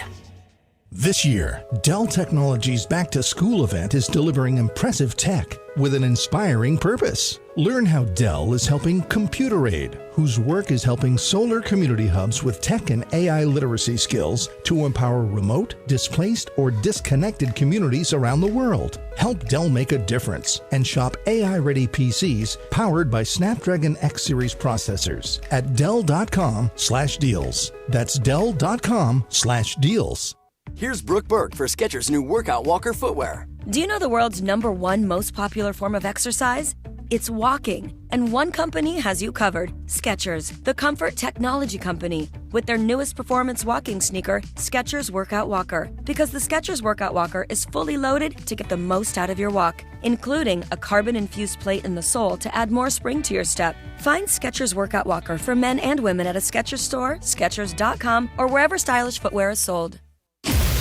This is the Mid-Morning Spectacular live from LA Live. Travis and Sliwa on 710 ESPN.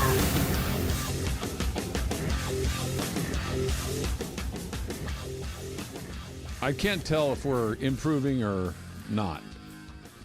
I thought I turned the corner did too. At 11. I did too. And then by 11:12, I was convinced that you know what this is? The end was near. You know what this is? This is like Flaherty giving up 3 runs in the first inning. Hear me out on this. Okay. Gives up 3 runs in the first inning. And you kind of start thinking to yourself, it's going to be a bad day. Uh-huh. But then as we progress, it Settled feels in. like, hey, things are settling in. And then he's gone and the bullpen comes in. And now it's like everything's back in question. And I feel like right now So who am I in this analogy? Am I Jack Flaherty? No, right now you're Hudson. You're Hudson. No, actually, you're not even Hudson. You're Trinan. Yeah, I was going to say, I'm not even in the game. No, I'm just in the bullpen. You're Gratterall. Weeping. Yeah, poor Gratterall. 8 pitches, and he's down again. So is he coming back? They said hamstring. It was like the grade 1. But it was originally grade 3, and they downgraded it to grade 1. Put it to you this way: did it look like that guy was coming back to pitch anytime soon when he was limping off the field crying? Like, I felt so bad for the guy because being injured sucks. Like, think about a professional athlete because they all say the same thing. When you're injured, you're around the guys, but you're not really part of the team in the way you are when you're participating. Even if you're participating poorly, at least you're contributing. This guy does all the work all the time. This is the first 4 months of the season and comes in and throws 8 pitches and breaks again. It's just and breaks in a different way. It's not like the hamstring was the thing that was bothering him. I think it was a hip. And all of a sudden the hamstring goes. That's a drag. That's a drag. NBA schedule is out. Yep. The Lakers lead the league with national television games. 48% of their entire schedule will be broadcast nationally. That ranks, first. So if there was any doubt, might not need Spectrum or anything. You're going to see just under half the games if you don't, because it'll be on ESPN, TNT. Yeah, and this is why, other than the fact that, by the way, he's their best player, but because he's going in this year 22. Yep, right? Year 22, brother. Year 22. I got a crazy, ridiculous stat that Trudell put out. I'll tell you in a second. Turns 40 years old this year. Yep. And the reason that they are on national TV, more than anybody, more than the defending champs, more than any young ascending player, ascending team, the guy in his 22nd season on a team that almost everybody projects is a lower middle of the pack team will be on national TV more than anyone else. Why do the Lakers keep doing anything LeBron says? That's why.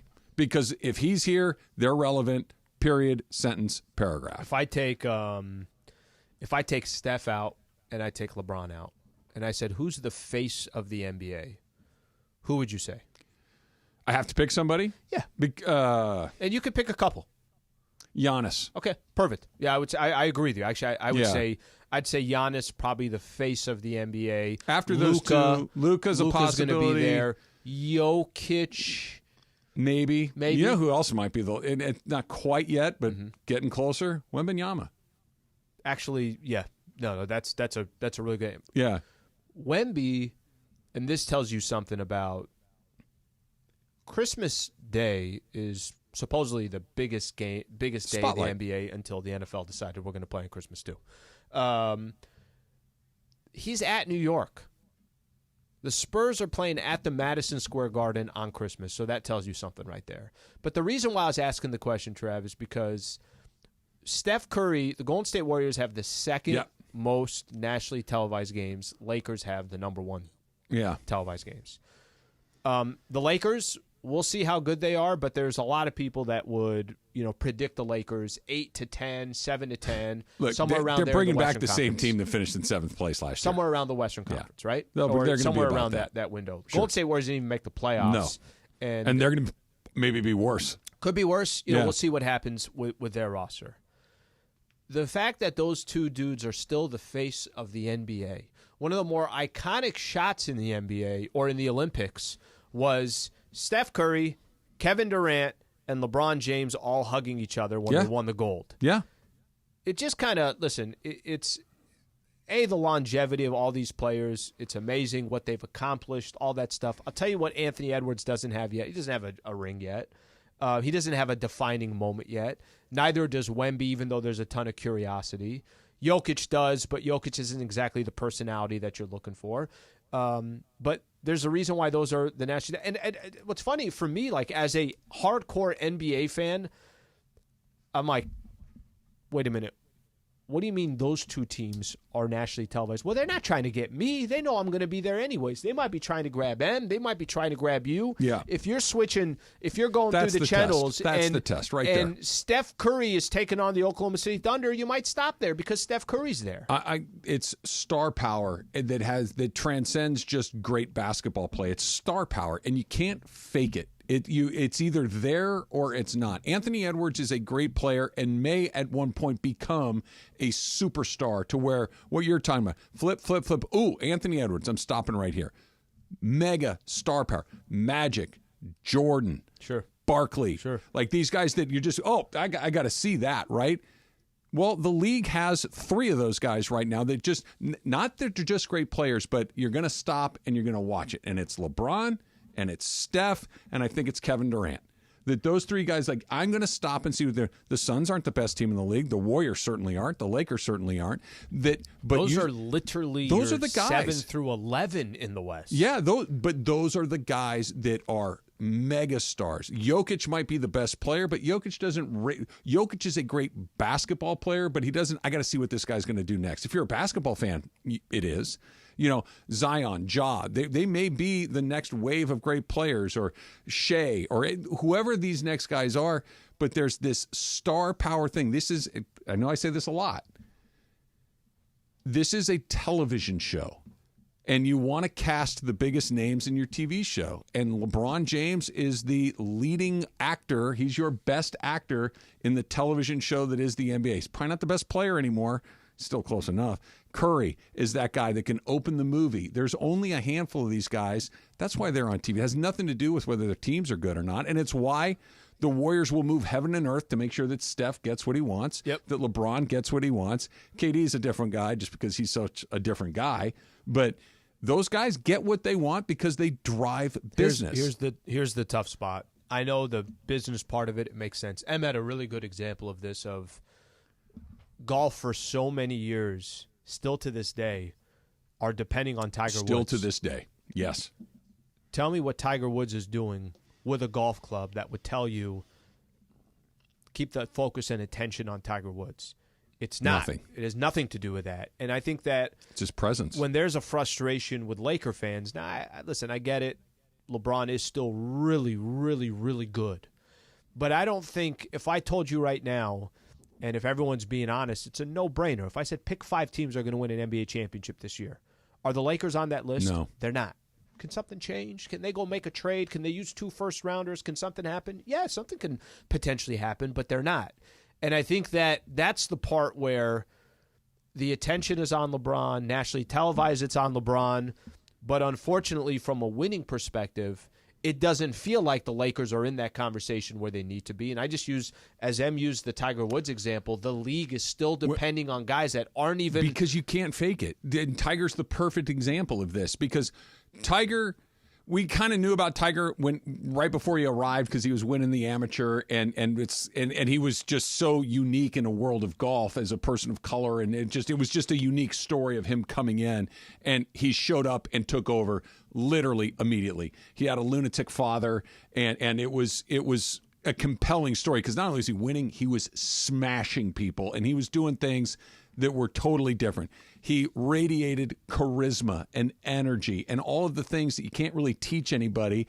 And so he took the tour on a 10 or 12-year ride that was unprecedented, made countless people millionaires time after time after time that didn't have any of what he had. It's just his star power dragged it along. He has not been a top player now for the better part of 10 years. I know he had the one major, but he's still the thing that is Tiger playing. Is he in the mix? Is he going to show up at the U.S. Open? They've tried Rory McIlroy. They've tried Phil Mickelson. They've tried Jordan Spieth. They've tried Brooks Koepka. Those guys just don't have it. Sure. Not only do they not have the game, they don't have whatever it is that makes Tiger endlessly watchable. LeBron has it. Steph has it. Those guys, you can't fake it. So, of course, the NBA is going to show Steph and LeBron the most because they're the biggest stars, even if they're not on the best teams, even if they're not the best players. They're still playing really Yes. well. LeBron and Steph individually, as Yes. individuals, are still playing really well. And so you want to watch to see what they can do. And you're almost disappointed that they can't be playing more than the line. That's why, like, the NBA Finals can sometimes feel so, like, lackluster since LeBron and Steph haven't been competing for it. It's because, okay, who do I care if it's the Celtics or the Mavericks? And it's Celtics a great Jason example. Tatum's a perfect example of this. Yeah, you can't fake it. Can't fake Tatum as the star. Is he a great player? Of course. Yeah. Of course. Is he the best player on the best team? He sure is. Is he just box office star power, can't look away? Not even a little bit. In New England. Yeah. In Actually, Boston, sure. Maybe not even in. But yes. Magic Johnson, I don't care where you were, I got to see more. LeBron James, you got to see more. Michael Jordan, you got to see more. Steph Curry, I got to see it. Jaylen Brown, cool player on your team. It's just different. Yeah. And that's why they're with Celtics, I think, were fourth or third or whatever. Yeah, and that the Suns weren't a little higher is a surprise because that's what KD is, too. That it's a TV show, and that's what it is, and we'll watch it because of that. Funny? KD, I don't know how much KD is box office on his own. That's interesting. Yeah. Like KD was Steph Curry's box office, period. I don't need to say anything else. LeBron is, leave that alone. Sure. KD was box office with LeBron and Steph in the Olympics. KD was box office. It's interesting. You're with right. Steph. You're right. And when he's with those guys, it's like, wait, he's better than them. What's going on? KD was box office to me in Oklahoma City. Yeah. But since he left the Warriors, he hasn't been box office to me. Factor Cap's coming up next. It's Trav and Slee, 710 ESPN. You know what I should do, Al? Once we're done here, I'm going to lay down in the back of the bed of the Rotolo Chevrolet. I'm going to go stretch out. I took my little beach picnic the other day in the back of the Silverado. It kind of serves all different purposes. And, of course, I got it at Rotolo Chevrolet. That's where you should be going if you've been thinking about a new Chevy Silverado, a new Chevy truck, and really anything in the Chevy line. Rotolo Chevrolet is going to have you covered with unbelievable selection, unbelievable pricing, and customer service that is so good, it's won them Dealer of the Year 13 years in a row. Really stop and think about that for a second. Right? Think about how many different Chevy dealers there are. They're the best, as evidenced by 13 consecutive Dealer of the Year awards. They're going to take care of you. You're going to feel good about it. You're buying something like a car or a truck. It's a big purchase. You're going to want to feel good about the entire process, that you know what's going on, that you're not being taken advantage of. And that's what Rotolo does every single day. Mike Capozio insists on it, and his entire team follows that directive unbelievably well. 13 years in a row. So if you've been looking, get yourself out to Rotolo Chevrolet. Right off the 210 freeway, Sierra Avenue exit. Can't miss it. If Fontana's not right around the corner from you, go online. RotoloChevy.com. ROTOLO. RotoloChevy.com, and tell them that Travis sent you. You never have to miss a moment of LA's mega sports station. Get the all-new ESPN LA app. Just search ESPN LA in your App Store or Google Play. Download, tap, and bam! You got 710 ESPN in the palm of your hand. Jelly Roll, the Beautifully Broken Tour. Friday, September 6th, Crypto.com Arena. With Warren Zeiders and Alexandra Kay. Jelly Roll, live, on sale now at Ticketmaster.com. For more, visit JellyRoll615.com. Hey guys, it's Sedano. NextGen is the official AC heating plumbing company of SoCal sports fans. That's right. NextGen is the absolute best in the biz and has thousands of 5-star reviews online to prove it. And right now, you can get an $88 drain cleaning and they'll add in a free plumbing camera inspection. So if you're sick of dealing with a slow drain, just call NextGen at 833-3-NEXTGEN. That's 833-3-NEXGEN. NextGen includes water, plumbing, heater, and AC safety inspections. Prioritize the safety of your loved ones at home. NextGen is the only name you need to remember for a safe and comfy home. And if you're concerned about the air quality in your home as well or have allergy problems, call NextGen and breathe easy with indoor air quality solutions to fit any budget. So call them at 833-3-NEXTGEN. That's 833-3-NEXGEN, or visit them online at nextgenairandplumbing.com to schedule your appointment today. NEXGEN, call 833-3-NEXTGEN. Football is back, and the 2024 Los Angeles Rams preseason is in full swing. Get ready for an action-packed season as your Rams take on the Niners, Eagles, Dolphins, Raiders, Bills, and more right here at SoFi Stadium. You can experience all the energy and excitement of Rams football by purchasing season tickets at therams.com/2024. Again, that is therams.com/2024 to secure your seats for every Rams regular season home game. Purchase your season tickets today and experience football the Rams way. Getting quality employees to fill positions in your company is essential. But finding those people can be a major hassle, unless you use ZipRecruiter. ZipRecruiter makes finding quality people a breeze. And right now you can try it for free at ZipRecruiter.com/free. With ZipRecruiter, one click sends your job to hundreds of top job sites. But more than that, ZipRecruiter's advanced technology identifies the candidates with the skills you need, sends you a list of great matches to review, then actively invites them to apply for your job. And the results speak for themselves. 4 out of 5 employers who post on ZipRecruiter get a quality candidate within the first day. That's right, the first day. Now you can focus on your business and let ZipRecruiter do the work finding the best people for you. See for yourself. Experience the ease, efficiency, and power of ZipRecruiter for free. Just go to ZipRecruiter.com/free. That's ZipRecruiter.com/free. ZipRecruiter.com/free. Get up! And you know what we do each weekday at this time, around 11:30. It is time for Factor Cap. On the Travis and Sliwa Show, presented by the law offices of Joseph S. Normand. Injury attorneys you can trust, just like family, but not familia. At Normand Legal, you're not just a number. You're a person. You are part of the family. We care for your well-being. You're the number one priority. 213-747-2000. Let's do it. Factor Cap right now. Oh, that's cap. That's so cap, Dad. Everything I've said is a cap, but I'm going to go back. First of all, it's not a cap. It is a cap. Welcome to Factor Cap. Hi, guys. Aloha. Bonjour. Factor Cap is now hosted by Chicken Little. At least for today. Aloha. The sky is falling. The sky is falling. That's really funny. Yeah. All right. So quarterback Patrick Mahomes says he always likes to throw a pizza party for him and his team as kind of like a brotherhood event before every season starts in the middle of camp. And again, I'm assuming it's Patrick Mahomes throwing a party for a NFL team. There's probably 500 pizzas. Ample pizza. Yeah. Ample pizza, ample whatever you want to have with your pizza, french fries, garlic knots, etc. So he says that Ian Book ate 9 pieces of pizza this year at this pizza party. Okay, so that is a pizza and an extra slice on top of that at the setting. So at a pizza party, at an event, again, we're not talking about this person's eating more than their fair share. There's plenty of pizza. 4 pieces of pizza is when you really start counting how many pieces someone has. Because up to 4, that's like, okay, you have an appetite, but that's kind of like at the outer range of normal. 5 is These like, are just regular slices. Regular slices. This isn't your Costco. 8 slices of pizza per pizza. Right, exactly. Situation. Okay. So 4 pieces of pizza is when you really start counting how many pieces someone is eating. Travis, Factor Cap. I think it's cap, but just barely. I think, honestly, anything beyond 3 feels like you're doing work.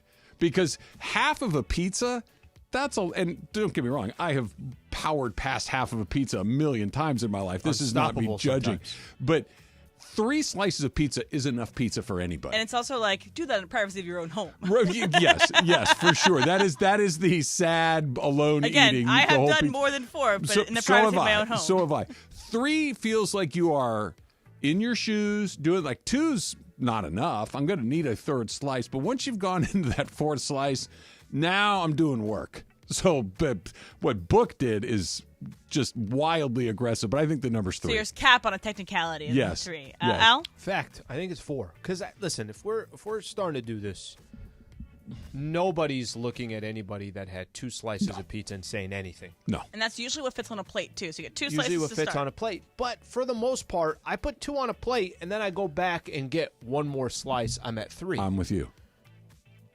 If somebody comes back with 2 slices, now I'm doing the math. It's half a pizza.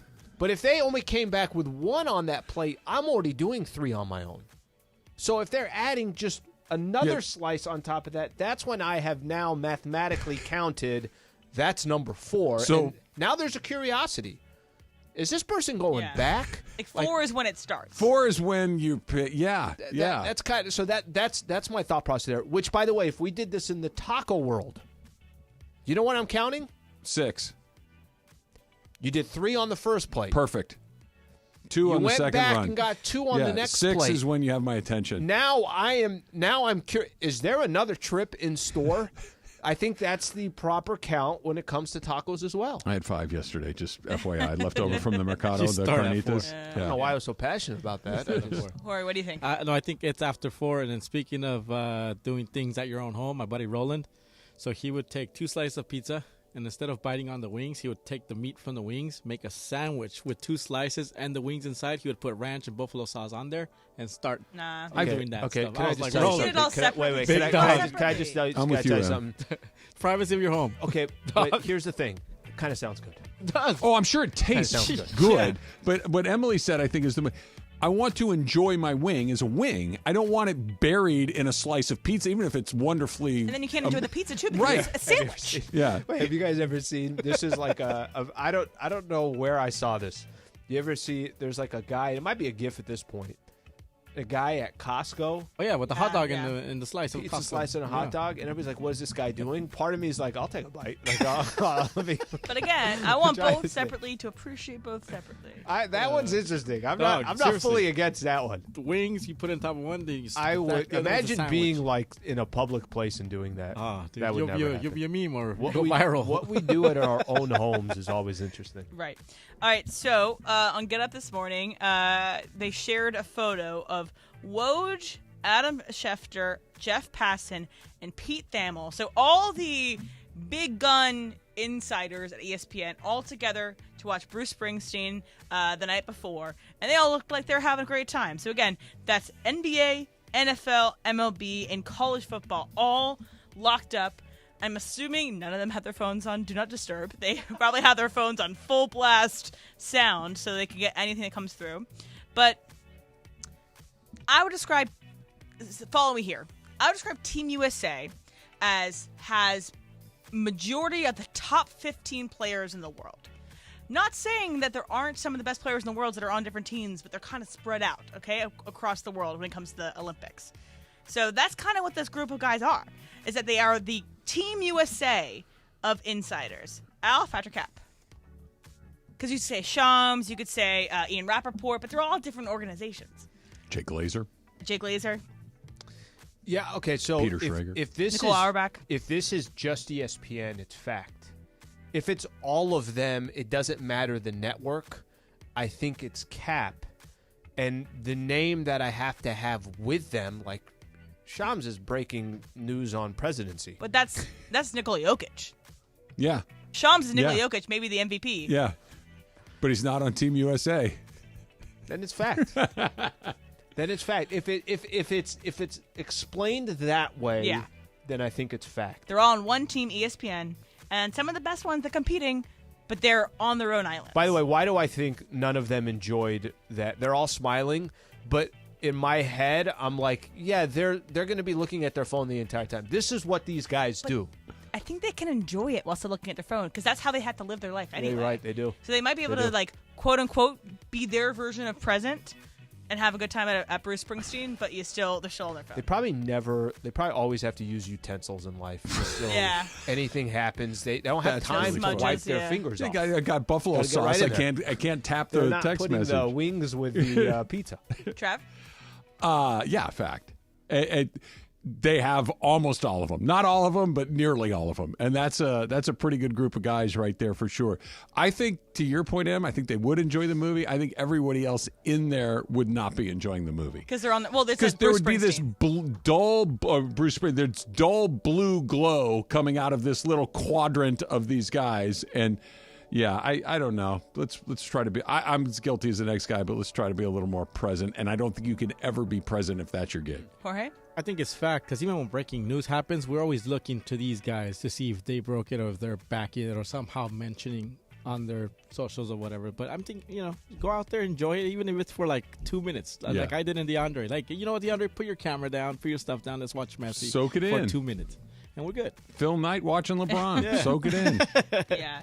All right, so one last one for you guys. So Patrick Mahomes also said this. He says that he doesn't want to go, Travis, correct me if I'm wrong, he doesn't want to go on golf trips or golf outings anymore with Travis Kelce because Travis Kelce likes to have a good time, likes to get after it. Called him a bad influence. Bad influence. And Pat has, I think, at least 2 kids, maybe 3 kids now at home, a wife, people that he has to be present for when he comes home. Travis Kelce, not all the time, has someone at home waiting for him. So it gets me thinking that I'm sure there's someone in all of our lives that when you go out with this person, you get pushed to a fun place, definitely a fun place, but you get pushed a little too far. So there is someone who who always pushes you to do stupid things. Jorge Factor Cap. Again, stupid things that you might want to do. Right. They push you to the end. They don't have to push you very hard. Yeah. For sure. A fact. Of course. Gennado's one of them. He's like, hey, let's go to Kelly's. Kelly's is this bar in Claremont, Montclair, whatever. It's his go-to place. Let's go to Kelly's, and then once he gets started at Kelly's, he wants to go down to this other bar, and then pick up this other dude and this other guy, and they just ask Brenda. Just ask Brenda for a night. I'm like, no, dude, I got 2 other kids. It's not just about Brenda. Like, I got other kids. But for sure, there's, that guy. Trev? I want to point something out because what you just said, it's right, but it bothers me a great deal that Montclair and Claremont are right next to each other. That bothers me. It is incredibly strange. It's nutso to me that they decided to name those 2 things and stick them right. Like, if Claremont was where Claremont is and Montclair was like in Ventura, that's fine. But they're right next to each other, and it's a crazy thing. It's like if St. Helens and Mount St. Helens were like 2 different cities next to each other. Yes, that's always bothered me as a Southern Californian. So put that aside for a second. Yes, we all have that person, and I have more than one. And you don't have to push very hard. It's, hey, you want to go play golf from certain people means, do you want to go play golf and drink a 12-pack of beer? Exactly. Do you want to turn that into, we're going to sit in the bar afterwards and have several drinks, and you're going to leave your car at the golf course, and we're going to Uber home, and we might hit one more place on the way home in the last, like, it's not, hey, you want to go play golf and see if we can, get it in under 4 hours. It is an invitation to go pollute your body for the rest of the day, and you come home in a very specific frame of mind where you are useless to everybody that is there. Yeah. Yes, fact. So what's funny? Not that I've ever experienced about this too, said thing. In my experience, the person that you feel that about also feels that about you. That it's a symbiotic relationship. There's sometimes where this one person might be the party animal, and then every person they relate to, it's their version of this. Yes. For me, with my specific person, Sarah, shout out Sarah, and we only act like this with each other, but we have a freaking fantastic time when we're together. We just get super hungover in the morning. But she doesn't act like that with everybody else. Al, what do you think? Do you have an answer for this? So it's Cap for me, and it's Cap because I think I've eliminated. I had one person in my life that was that person. Cousin Slee? You know what? No. Is a buddy of mine that just... IPA guy. Yeah. Not the IPA guy, and a different guy. Anyways, long story short, I've become so boring in my life that I think that I just don't have that in my life. He used to be You need there. a little bit of that. Yeah, no, every once in a while you do need that. I don't disagree with you. You need a pusher. You should start playing golf just to see how many Coors Lights you can take down in a given afternoon. But here's the problem. Certain people, if you have in your life, and that's the type of person they are, and then you got to do some babysitting. I ain't babysitting at this age. No. You have to be able to take care of yourself. That was the That's reason for why sure. it's like this person is the same level as you. Yes. You don't turn. That's a great point. You don't want to have to be the one to get that other guy home. That's not your responsibility. I'm not. We're in this together. Exactly. I got one buddy who's he just doesn't live in the state, or he doesn't live out here, so that's the only reason why. Em, do you have? My girl Sarah. Are you ever the instigator? Because I know that if you ask this to a handful of other people, I'm the answer to that question. And then, also Chandler too. So Chandler, you guys met her at the Mandy's. At the Hollywood Bowl event that we saw Noah Khan at the Hollywood Bowl. It was like they're like, hey, let's pregame the game. It's like, or pregame the show. It's like, oh, okay, we each had a Cutwater. And she's like, let's get another one in before we head out because we don't want to spend a lot of money there. So we get another Cutwater in. We pack a bottle of wine to go to this event. No, actually, we bought a bottle of wine there, and she's like, you want another one? And so then it just leads to other places. So it's always fun. Had a good time. Stayed safe. With the same level as drunk. If not, she was slightly more than I was. Well done. All right, Factor Cap, of course, is presented by our good friend Joseph S. Normand. You have many choices in legal representation, but family always comes first. We will tell you firsthand to go to Joseph S. Normand. Call 213-747-2000, 213-747-2000, or visit normandlegal.com. Just when you think I couldn't like Sean McVey more, he takes it to a whole nother level. That's coming up next. It's Trav and Slee, 710 ESPN. The most followed sports radio station in America. 710 ESPN. At ESPN Los Angeles on Instagram, Facebook, Twitter, YouTube, TikTok, and Twitch. LA's mega sports station. 710 ESPN. Hey, it's Travis. And Slee. By now you have heard about our good friends at the law office of Joseph S. Normand. When my son Bobby was in an accident, we called Joe and he hit it out of the park. That's why I trust Joe. No insurance company is ever on your side. Anything you say to them can and will be used against you. Joe and his team will treat you like family, get you the medical attention you need, and the max compensation you deserve. Call 213-747-2000. That's 213-747-2000, or visit normandlegal.com. The law office of Joseph S. Normand. Hey guys, John Ireland here. To build a winning team, you have to have the right people doing what they do best. If you're in a position to hire for your business, listen closely, because we have the ultimate teammate, ZipRecruiter. And you can try ZipRecruiter for free today at ZipRecruiter.com/LA. Hiring the right candidate is hard. ZipRecruiter uses powerful matching technology to quickly find and send you the most qualified people. So it makes finding and hiring your next superstar much easier. This is why 4 out of 5 employers who post a job on ZipRecruiter get a quality candidate within 1 day. So be like the 3.8 million businesses who have come to ZipRecruiter and sped up their hiring process. Try ZipRecruiter today for free by going to ZipRecruiter.com/LA. That's ZipRecruiter.com/LA. One more time, ZipRecruiter.com/LA. The Subaru A Lot to Love event is going on now at Subaru of Glendale. Check this out. Lease a brand new 2024 Subaru Crosstrek Premium CVT for just $239 a month plus tax for 36 months. 2 at this payment. RH8376-141 and RH376-43-2. MSRP $28,690. $28.99 due at signing. Call 888-855-6434 or check out SubaruofGlendale.net. On approved tier 1 credit through Subaru Motors Finance. No security deposit. 10,000 miles a year. Model code RRB-13.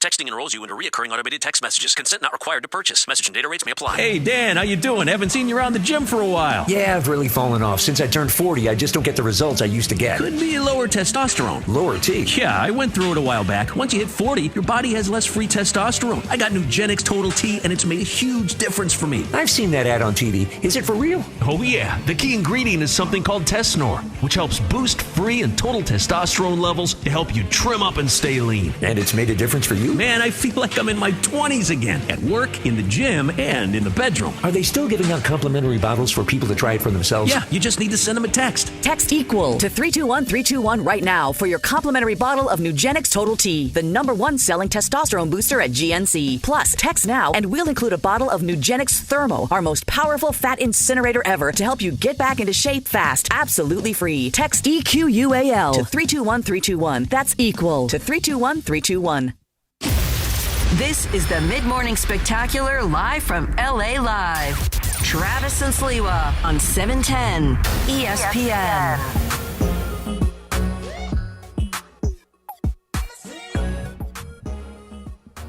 Jorge, remind me to ask you a question during the break. I don't know. I would ask on the air, but I'm afraid I might. There's something in Spanish I don't know what it means, so I'm afraid if I say it, I might be saying something bad. So I need to. Let's give it a shot. Yeah. Roll the dice here. I'm gonna wait. I'm gonna wait for sure. I feel like I'm bouncing back. Slee. Oh, by the way, I'm getting some support on Twitter. Okay. This is something about internet trolling. The Claremont Montclair thing is something that is resonating. People understand that. Why would you do such a thing? That's like having a city called Pasadena right next to a city called Dina Pasa. I probably shouldn't do that. Well, it's Pasadena, Altadena. Yeah. But at least it's different Right? words. They're close. Altadena, Pasadena, close. But come what on, about man. Covina and West Covina? You guys are why Again, it's but divided. that's No, but directional. You know that West Covina but you know is why a different place. But you know why it's divided? Well, I got to send you the story. Was there a land war at some point? It's political. It's political. Always is. It's also like West Hollywood, Hollywood. Right. Yeah. But they don't have Hollywood and Wood Holly. Yeah, exactly. Yeah, that's what they have going on in the 909. We don't look at anybody from South Pasadena. And so are they going to keep those circles for the Olympics up in the Hollywood sign or no? It's not there now. They should put them back for the Olympics. Was it never? Was it all CGI? I think that was all digitally done. Yeah. Tom Cruise is wrapping the colors around it. Yeah, it shows you haven't seen the Hollywood sign lately, Jorge. Jeez. Come on. You know, I don't really come out. You don't go west of downtown very often. I see it every day. Until you go to the Hollywood Bowl. Did you buy your tickets? I have to check after my mom comes back from her trip. Okay. No, but it's not till September. I got about a month to decide. I got faith, bro. No, my mom's interested. Brenda's interested. So Good. That's great. More than half of the group is interested. I might go to the Hollywood next week again. They're doing Singing in the Rain at Hollywood Bowl. Showing the movie? Yeah. Are they playing the music live? Probably. Yeah. Sing-along version. Singing in the Rain is a great movie. And also we have Aaron Palmer tweeted on Twitter, says, in terms of you have a friend that pushes you to go out. Yep. He says the factest of all fact, there's nothing like being a new dad and getting dragged out for a late night with your buddies who don't have kids. Hangover plus kids. Jorge will understand this. Guys, I cannot tell you, hangovers stink. They're bad. There's no good way to have a hangover, so I'm not saying that you haven't experienced a miserable hangover. I know you all have. Hungover with little kids is virtually impossible. We've all said it. I'm never drinking again, but never have you meant it more than a hangover with 4-year-olds in the house. Hey, Dad. Yes, and they want to go do something. Yeah. You kind of have to go do something. And it's swimming. 900 degrees. It's a birthday party that day at noon. I used to, in college, I gotta work. I worked at a daycare. And my shifts at the daycare were Saturday mornings and Sunday mornings. Terrible scheduling by you. Oftentimes go out because I'm a college student. And the next morning I would be very hungover, having to be the daycare provider for 20 kids at a time of varying ages. So that was fun. No, that's my hours as a daycare was the moment that my mom just started accepting kids at 7 a.m. and it would go till about 6 p.m. at night. Well, that's a full day. No, that thing was... My mom was a beast. That's a full 11, 12-hour days? She would have... Her permit was for... I think it's like 8 kids. But then if you have help with you, so that would mean Alan Sliwa... Did you count as the help? Vanessa Sliwa, basically my sister or me, then you could go up to 12. Okay. So one of us was always at home. How old were you when you were in charge?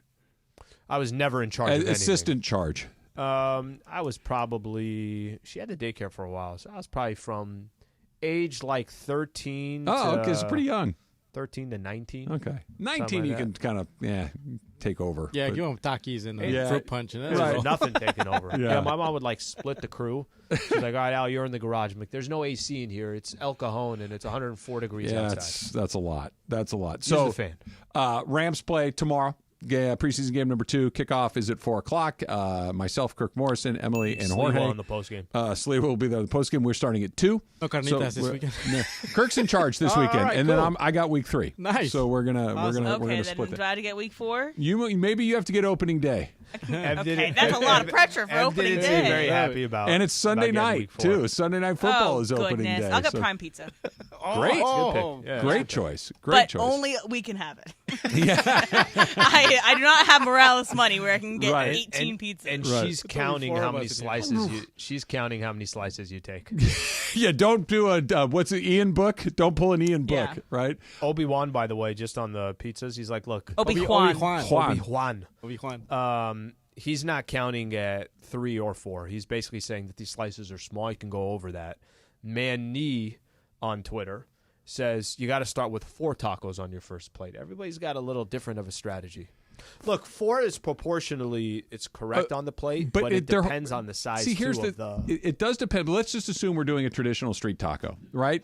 3 fit perfectly on the plate. With 4, my tortillas are dangling off the edge, and I might lose some stuff. Might lose 3 some is carne perfect. asada, you might lose some onions. Yeah, some cilantro might What fall. if my lime falls off? Now what do I do? Now I'm lineless. I was telling Jorge in the break, or not break, just in the segment. I was like, for the prime pizza, I'm going to cut each prime pizza thing in half again, like in elementary school when you'd have pizza day. Exactly. So Rams game, 4:00. Sean McVey will not be on the sideline. Aubrey Pleasant, one of his assistant coaches, is going to coach the game. He's, according to the reports, he wants Pleasant, the team's passing coordinator and assistant head coach, to get some reps as a head coach. He is also expected to, McVey is, to spend some time in the broadcast booth with the broadcast team for the preseason, which, of course, is Andrew Siciliano, Andrew Whitworth, and Mina Kimes. Okay? Sean McVay's contempt for the preseason is next level, right? Like, and this isn't some new guy. He's been around a long time now. He's had a great deal of success, so his methodology clearly works. He doesn't play anybody in the preseason. Yeah. He lets his assistants. The whole for sure. And now more than half the league does it. It's to the point now where, think about this, Stetson Bennett is conceivably playing for his spot in this league, and Sean McVay is going to be up in the booth for a portion, if not more, of the game. That's how little he cares about what's taking place in preseason. And I don't mean that as like a criticism. I mean, he knows they're getting their work done in practice. They're getting their work done in those joint workouts, that these games to him are just something you have to get through. And if I have to put on the headset for a couple of segments, if I have to go up to the booth for a couple of segments, cool, let's talk football. It's practice for him. Absolutely. The only thing left for him to do with how he treats preseason is to say, guys, I'm going to be in Cancun that weekend. But I'm 100% watching the game on TV. Yeah. I mean, I how will far call away you guys from that if are I we? need something. But no, you are right, and I think the way certain coaches can do this, not everyone can. No, if Brandon Staley had tried this, it would be like, dude, who do you think you are? It's not even who do you think you are. It's also like, hey, the clock's ticking on your job, this, Right. that. Sean McVay, it's however you want to perceive it, this man can do whatever he wants. Now, I think what you said earlier is most important. That doesn't mean that I feel like they're not going to be prepared. No, they will. It doesn't mean that They'll they're play not hard. taking practices seriously. No. It doesn't mean that they're not taking the games. They're not taking the games seriously, but they're taking it seriously for the players who are going to be in the mix playing. The players that play will play hard. But I think that the work that Sean McVay wants to see, the work that he needs to see for position battles, for depth, it's taking place at practice. It's taking place in those joint workouts. If he has plans for you, you're not even stepping on the field in these games. And neither is he, apparently, for tomorrow, or at least for a portion of it. And the more guys that we can get on board with that, the quicker we're going to get to eliminating these things. And I really do think that that is the ultimate goal. College football starts weekend after this upcoming weekend. You have a full slate of college football the weekend after that. The full slate. Nope. They just practice against each other. They do inter-squads. They do spring games. Those games, maybe they're not perfect, but they're real games. They're competitive games that matter. Why can't the NFL do the same thing? I know for $1 million, they make money. I'm not saying don't play 20 games. I'm saying play 20 games that count. There's a misconception here because I think I've heard a lot of people say that same thing that you're talking about. Well, the preseason games make money. Okay. Nobody's saying don't have the games. They're saying replace them with a real game. Yes. So which one's going to make more money? The real game or the preseason game? I'm with you on that. I never understood that perception there. All right, you said you had a crazy LeBron stat. I want it. Coming up next, it's Travis Slee, 710 ESPN. The Hyundai Getaway Sales Event is on now at Cardinals Way Hyundai. Lease the new 2024 Hyundai Santa Fe SC for only $319 a month plus tax for 36 months on approved credit. Plus, get peace of mind driving with America's best warranty, a 10-year, 100,000-mile powertrain limited warranty, and the Hyundai Assurance Program. Cardinals Way Hyundai just off the 91 freeway in the Corona Auto Center or CardinalsWayHyundai.com. Lease for $319 plus tax. License and fee to well-qualified buyers. 36-month lease. 12K miles per year. $39.99 due at signing. Not all buyers will qualify. Down payment may be required. Subject to HMF credit approval. Expires 9/03/2024. Play your perfect combination at Pechanga Resort Casino, Southern California's premier resort casino experience. See for yourself what made readers of Newsweek and USA Today name Pechanga the best casino outside of Las Vegas. Enjoy Pechanga's world-class resort amenities, exceptional entertainment, dining, spa, and golf, and of course, 24/7 gaming excitement. Head to Pechanga Resort Casino, just off the I-15 in Temecula. Visit Pechanga.com or call 888-PECHANGA for reservations or more information.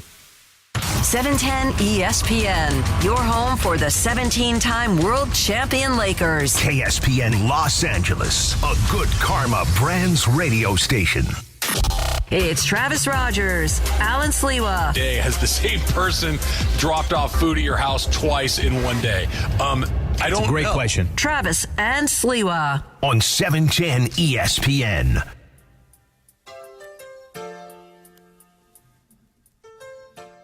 I wonder what Kirk's going to bring tomorrow. We'll see. Well, he said wings, I think. Oh, is he bringing wings? That's what he said. Got to bring a little more than just wings, right? Wings are a nice appetizer. Wings, some fries, maybe some ranch. Okay. Yeah, that Costco works. guy, so something from Costco maybe.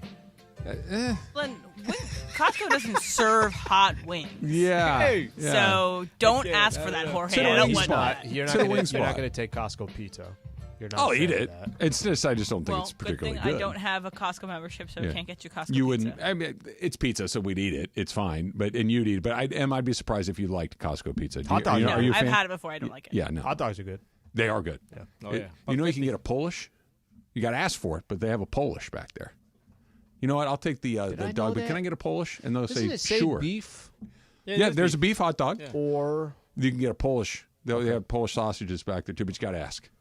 It's like kind of the Costco secret menu. Yeah, for sure. Let's try a quick phone call here. Let's go to Anaheim and Duvet. Duvet, you're on with Travis and Slee. What's up? Hey, what's up, guys? T-Raj, Yeah. I think you're wrong. I do not think that Sean McVey has contempt or does not like the preseason. Mm-hmm. I think he knows how important the preseason is. He needs to see the guys that he's going to have on the roster. Guys aren't going to play. But what he's doing right now is next level. He's developing his coaching tree. He wants coaches on his staff that want to be head coaches because those guys are going to outwork everybody else. On a coaching. What happened? Oh, did you hit that, Jorge? Yeah, I was getting ready to do something else. Whoops. Sorry, dude. Look, Duvet, I understand what you're saying, and I'm not saying there aren't benefits to Sean McVay doing what he's doing, but I think those two things can be true at the same time. I'm with you that we've seen him do it before. This is not the first time he's handed the car keys over to the other guys to run the team during the game. Mike Vrabel did it too. Yeah, that's fine. I'm not criticizing that decision. I just clearly he is not invested in the preseason the way that a handful of other NFL coaches are. And it seems like each year he gets less invested in the actual games themselves. The development of the players, sure. The development of his coaching staff, sure. Sean McVay clearly wants guys that are upwardly mobile because half of his staff gets rated every single year. That's what he does. But if he's going up to watch from the TV booth for a period of time, clearly what's happening down on the field or being around his coaches or listening, it's not nearly as important for him as it is for everybody else. I don't really know how that can be an argument. I mean, his actions are, again, nobody's questioning. Is Sean McVay taking this serious? Nobody's questioning that. That's why it's so funny to me. Is Sean McVay have his players and his coaching staff prepared? Nobody's questioning that. The dude's going to go hang out in the press box during the game. just when the first quarter ends, he might grab some M&Ms, some Skittles, or an espresso. Like, he's hanging out upstairs, not too far from where media members are hanging out. I think that kind of speaks to itself. And he doesn't play his guys. I know he's looking for depth pieces and all these things, but the league pre-Sean McVay in the preseason is totally different than the league is now during Sean McVay because he's been so good at what he does, because the Rams have been competitive, because they've been to 2 Super Bowls, they won a Super Bowl, because he's launched the careers, like Duvet was saying, of all of these other coaches across the league. The rest of the league is going, okay, well, that obviously works. Let's get our work done in other places. This preseason stuff, the games, not the practices and the joint workouts, but we're going to punt on these. We are not going to invest in a meaningful way. The game is basically practice. And again, I think so I believe it was maybe the last season or season before, like JB Long had an intern that had worked with them that summer help call the games. And it's because these games are practice. Yes. These games are practice for us as broadcasters. These games are practice for the players and to get into the routine and everything. But just because his assistant coach is calling the game doesn't mean that Sean McVay does believe that they want to get this guy practice to be a head coach eventually. But if the game mattered, Sean McVay's on the field. Of course. So that's why this game doesn't matter in terms of score. It doesn't matter in terms of the outcome of the game. It matters to get everybody practice. And then I took it personal, Duvay, when you said you didn't like Travis, that he was wrong. I hung up on you, fool. Well, Duvay is not in the minority. Joking. He's not the first person to go, that guy a... doesn't know what he's talking about. I'm used to that by now. Let me ask you this, Al. Yo. If you're Stetson Bennett, okay, and you're literally fighting for your spot, and the head coach is up in the TV booth, yep. How do you take that?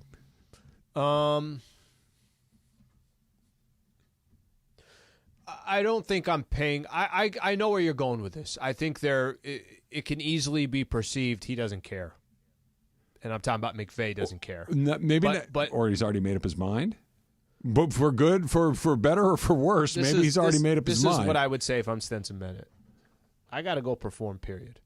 No matter what. Whether Sean McVey is making every call or Sean McVey is upstairs hanging out with the broadcast crew, I'm playing for a chance I'm either convincing everybody here that I'm the third-string quarterback and I'm in a tough position because I might be the second-string quarterback for the first 2 games, or I'm not. I think that's the only thing that should be on his mind. But I get what you're saying here. Like, there's a little bit of, even if he's made up his mind, let's say Sean McVay already made the decision. Guys, I can't have a dude throwing 4 interceptions when he has plenty of time to make the throws and he's just making poor decisions. Maybe that's already convinced him. Well, then it shouldn't matter in this game as well. Then from his perspective of, I got to perform either way. If it's not going to be with the Rams, maybe it's going to be for another team. I also think you could look at it in a kind of a funny way. It's like Sean McVay is going to have a pretty good look real time of what Stetson Bennett's actually seeing. So, Mina Kimes... but to kind of shepherd him through a tough moment, that's what I'm talking about. Like they say, the film don't lie. Yeah. If you put good stuff on film, you're going to see it. If you put bad stuff on film, we're all going to see it. But hey, listen, let me walk you through some of this. Let me put my arm around your shoulder. Let me grab you by the face mask and wake you, like just those coaching stuff. And again, I don't know if he's going to spend the whole game up in the booth or one segment. We'll see. He may go back down there. I would be shocked if he never got down there. I think he will be down there for a period of time. But hey, I'm fighting for my life here, and you're looking around, the guy who ultimately is making the decision isn't right there for the entire part. That would have me thinking twice. I'd want to know what he was saying. Yeah. Again, is he going to be doing the same thing that he does if he has a headset on the sidelines, just talking through, oh, yeah, we're trying our best, we're doing all this stuff? Or is he actually going to critique both sides of the game? I think that's going to be interesting as well. I want to hear him call the game, too, because he's really good at that. Of course. He should just be mic'd up live. That's what I was saying after the first period. I'm like, just keep a mic on this guy and let him do his thing. Do both. Well, the moment where he went from talking to the guys in the booth to all of a sudden he's saying at the referee, I think we get a chance. You're going to look at that differently. This one right here. It's good. These are good learning opportunities for us. This is him talking to the booth. Hey, what are you calling? Now he's talking to the ref. Personal foul, unnecessary roughness. No, number 6. No, he didn't. 15-yard penalty. He's speaking better. He's getting stiff arm. Hey, I think when you see it, you'll see it differently. That's bad. I don't like that. Do you think in any of all that? Right. All right. Bad luck. All right. Hey, guys. What's up? I love it. Do you think in any of that moment, because I think he's being genuine, I think. Oh, I do too. Do you think there's any moment where he knows, hey, I feel like he's being him. He's aware that he's on the air because he's smart and he's not going to get cursing. So he's not he's fully aware of where he is and what he's doing. But that's the same reaction he would have. But even something if that happened mic in is front off. of me and I'm reacting to it. I may not use certain language, but I'm reacting to a call that I think was unfair. You did my guy wrong. He's competing. He's throwing a stiff arm. And that line of, I think when you see it again, you're going to see it differently. Clearly, that's a thing that he says to try to get plant that seed in a referee's head. Like, hey, because if somebody said to you, hey, listen, I don't think you got it right. And I think when you see it, you're going to agree and get it right. That's one of those. Wonder if I did miss it. Sure. Because, and so you start to think a little differently. He's a football coach, man. He is always on. But I don't think he's super calculating like that. Like, hey, I'll turn it up a little bit for the TV. I just think that's how the dude's wired. Yeah, because I was going to say, like, I could see somebody saying, all right, he's clearly doing this for the broadcast. But I don't know. I feel like that's it's an organic moment. He knows he's mic'd. However, I think he'd be doing something similar if he wasn't mic'd, just using different language. He'd get caught if he was doing a character. You know what I mean? Like he's on TV too much. He's always in that, unless he's never breaks character. He's doing like an Andy Kaufman thing and just running it out. But no, I just think that's how the dude's wired. All right, we're going to do LeBron next.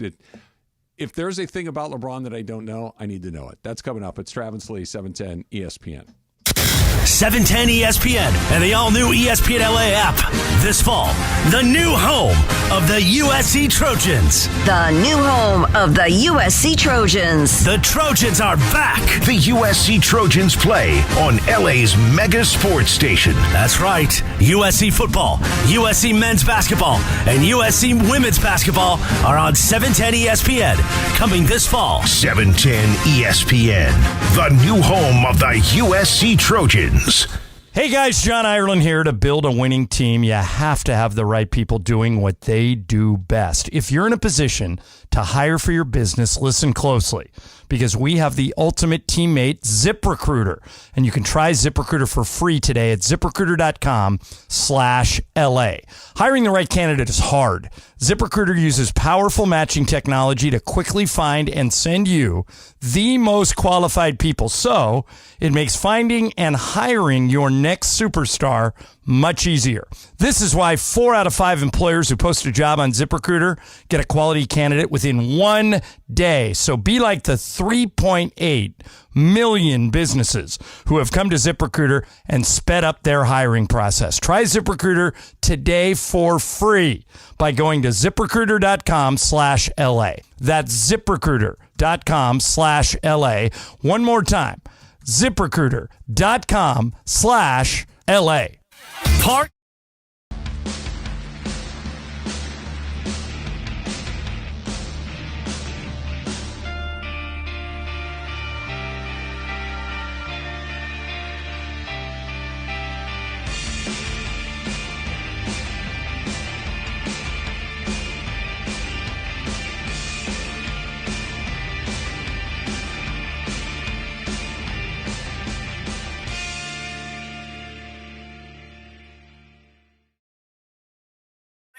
Accident or injury, call Jacob and Ronnie. Call Jacob. Hey guys, what's up? It's George Sedano. Waiting is never fun. Usually nothing good happens when you wait. My friend Jacob in the law offices of Jacob and Ronnie want to make sure you don't wait after an accident. Immediately after an accident, before talking to the insurance company, call Jacob, man. Jacob and his team will do all the work, make all the phone calls, handle the paperwork, set up the doctor's appointments, whatever the case may be. And when you speak to the insurance company first, it's a big mistake. Because you know why? They may later use your words against you. However, Jacob and his team, they'll guide you through the process, get you the compensation you deserve, and you don't have to pay Jacob unless he wins. Nothing out of pocket. Free. Gratis. So if you're injured in an accident, the first name, the first thought, the first call should be Jacob. Jacob, Jacob, Jacob. The consultation is free. That's right. Free. I told you. Gratis. Don't wait. Call Jacob 24 hours a day at 844-24-JACOB. That's 844-24-JACOB.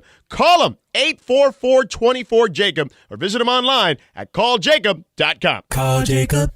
I went hands-free. I went hands-free. I went hands-free. I went hands-free with Skechers Slip-ins.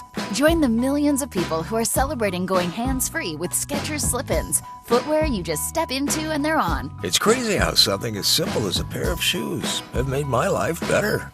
After trying Skechers Slip-ins, I want all my shoes to have this technology. See what everybody can't stop talking about. Go hands-free with Skechers Slip-ins at a Skechers store, Skechers.com, or wherever stylish footwear is sold.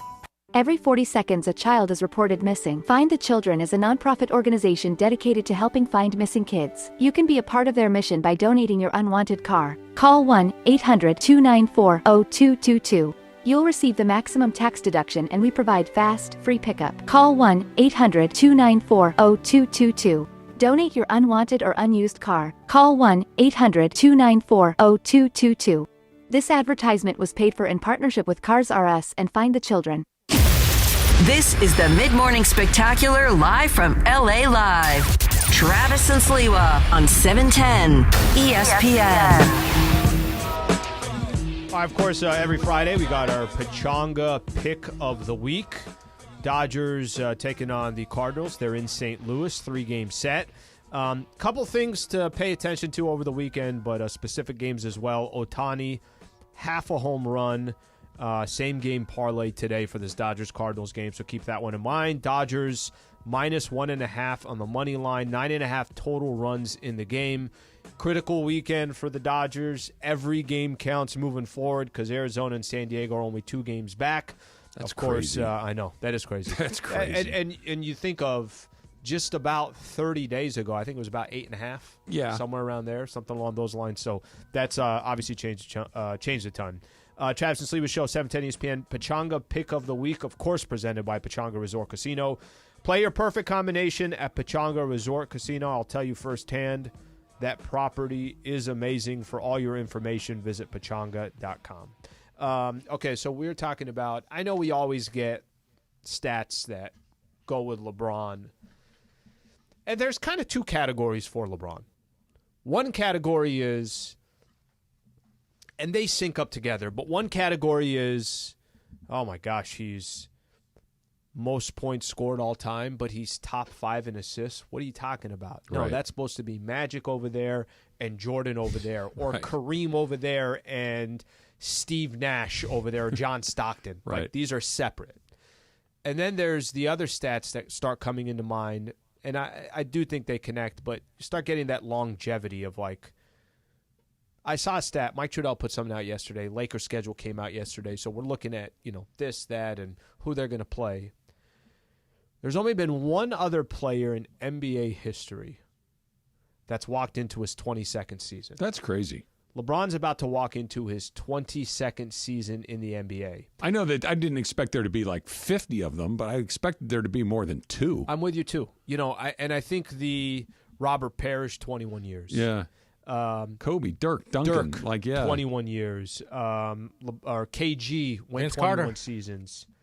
Vince Carter went 20 or 21? So this is the only name that's gone 22 years is Vince Carter. So Vince Carter in his final year in the NBA's 22nd season. These were his stats. He played 14 minutes a game, 5 points a game, and played 60 games. Okay. Which is, and there's nothing. That's amazing. 60 games for 14 minutes a night. That's real play. Vince Carter. That's played real play for 60 games in his 22nd season in the NBA. Nobody's played as long as Vince Carter. LeBron's about to walk into his 22nd season in the NBA. And listen, if I told you he played 60 games, that's okay. I take it. I take it too. He played 72 last year. I take it. I prefer 65, but I'd take 60. That's a perfect way of putting it. Right. Prefer 65, I'll take 60. But here's what LeBron can't do in year number 22. If I told you he averaged 20 points a game, you'd say it ain't enough. It's not enough. If I told you he averaged 5 rebounds and 5 assists a game, you'd say it wasn't enough. That LeBron in his 22nd year of the NBA, where all these other players were just a shell of themselves. Go look at Robert Parrish in his 21st season. Go look at Dirk. Go look at Kevin Garnett. Go look at Tim Duncan. Go look at all these players. Go look at Kobe in his 20th. Kareem, Kobe, all these guys are not having an impact on their team.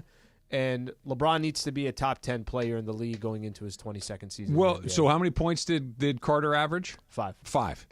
LeBron James in year 21 averaged nearly 26 a game, 25.7. He's not going to average 20 points a game. He's not. Now, it may drop from 25.7, but what's it going to drop to? 23.5? And that would be that'd be a big drop for him. His career average, and I'm trying to pull this up right now. Let's see, PPG is 27.1. Okay, so 27.1 over 21 years, and he had 25.6 slide, 25.7. He dropped a point and a half. That's what I mean. Like, I really don't think.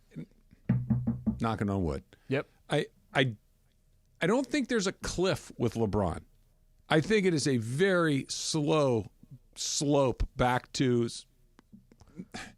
what's, I don't want to say normalcy because it's not normal, but just to more toward NBA average, right? That to be where he is at this point defies explanation. But to your point, I think and it's a good one. It's if LeBron showed up and averaged 5 points a game, we would be shocked. He'd probably stop playing well before that. I agree with you, but you would be shocked 20 would be like, hey, man, he does not look the same. He dropped. Significantly. 20 is... That's nearly a 6-point per game. That's a significant 20 in year 22 when the only other guy that's ever done it was averaging 5. And he's got the ball in his hands the whole time. I was just going to say, he's running the offense. It's all of it. His game is not just scoring. Like, you never looked at LeBron.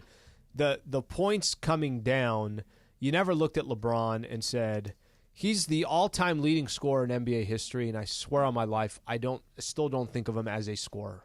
No, I don't either. I think of him as I do everything. He's magic. He's not Jordan. You think of him as LeBron, man. Like, you don't think of him like Jordan. For Jordan, you think of the titles, and you think of acrobatics, and you think of putting the ball in the bucket and making big shots, right? But it's most of the and Michael Jordan was an unbelievable defensive player too. But you think of Jordan as putting the ball in the basket, winning the game for his team by putting the ball in the basket. You just saw LeBron last week running the show with the best basketball team ever assembled, arguably, and distributing. Don't get me wrong, get his buckets, but winning MVP. Getting rebounds, almost averaging a triple-double. He's LeBron. There's nothing. It's Karl Malone's body with Magic Johnson's game and Michael Jordan's scoring. I think this is where you go back to kind of trying to balance this, because Bron is box office. We've considered that, of course. Bron's going to sell out your stadium, of course, no question about it. Bron's still putting up bonker numbers at year 21, and it probably won't be that much different in year 22. The question is going to come down to, what are we playing for? Yeah, and quite frankly, unless something changes dramatically, probably not much. They'll make the playoffs. I think they're a playoff team, but I think that something really weird would have to happen for them to go on a run again. Yeah. But that's just the reality of where they are. Think about it like this. LeBron he turns 40 this year, right? By January 1st, he's 40. Okay. Yeah. So he turns 40, and he's averaging, let's round it up slightly, 26 points a game last season. Okay, so let's say it drops a little bit. Let's say it drops to 22 points a game, which I don't think it will. I think it'll be higher than that. Vince Carter averaged 5 points a game in his 22nd season in the league.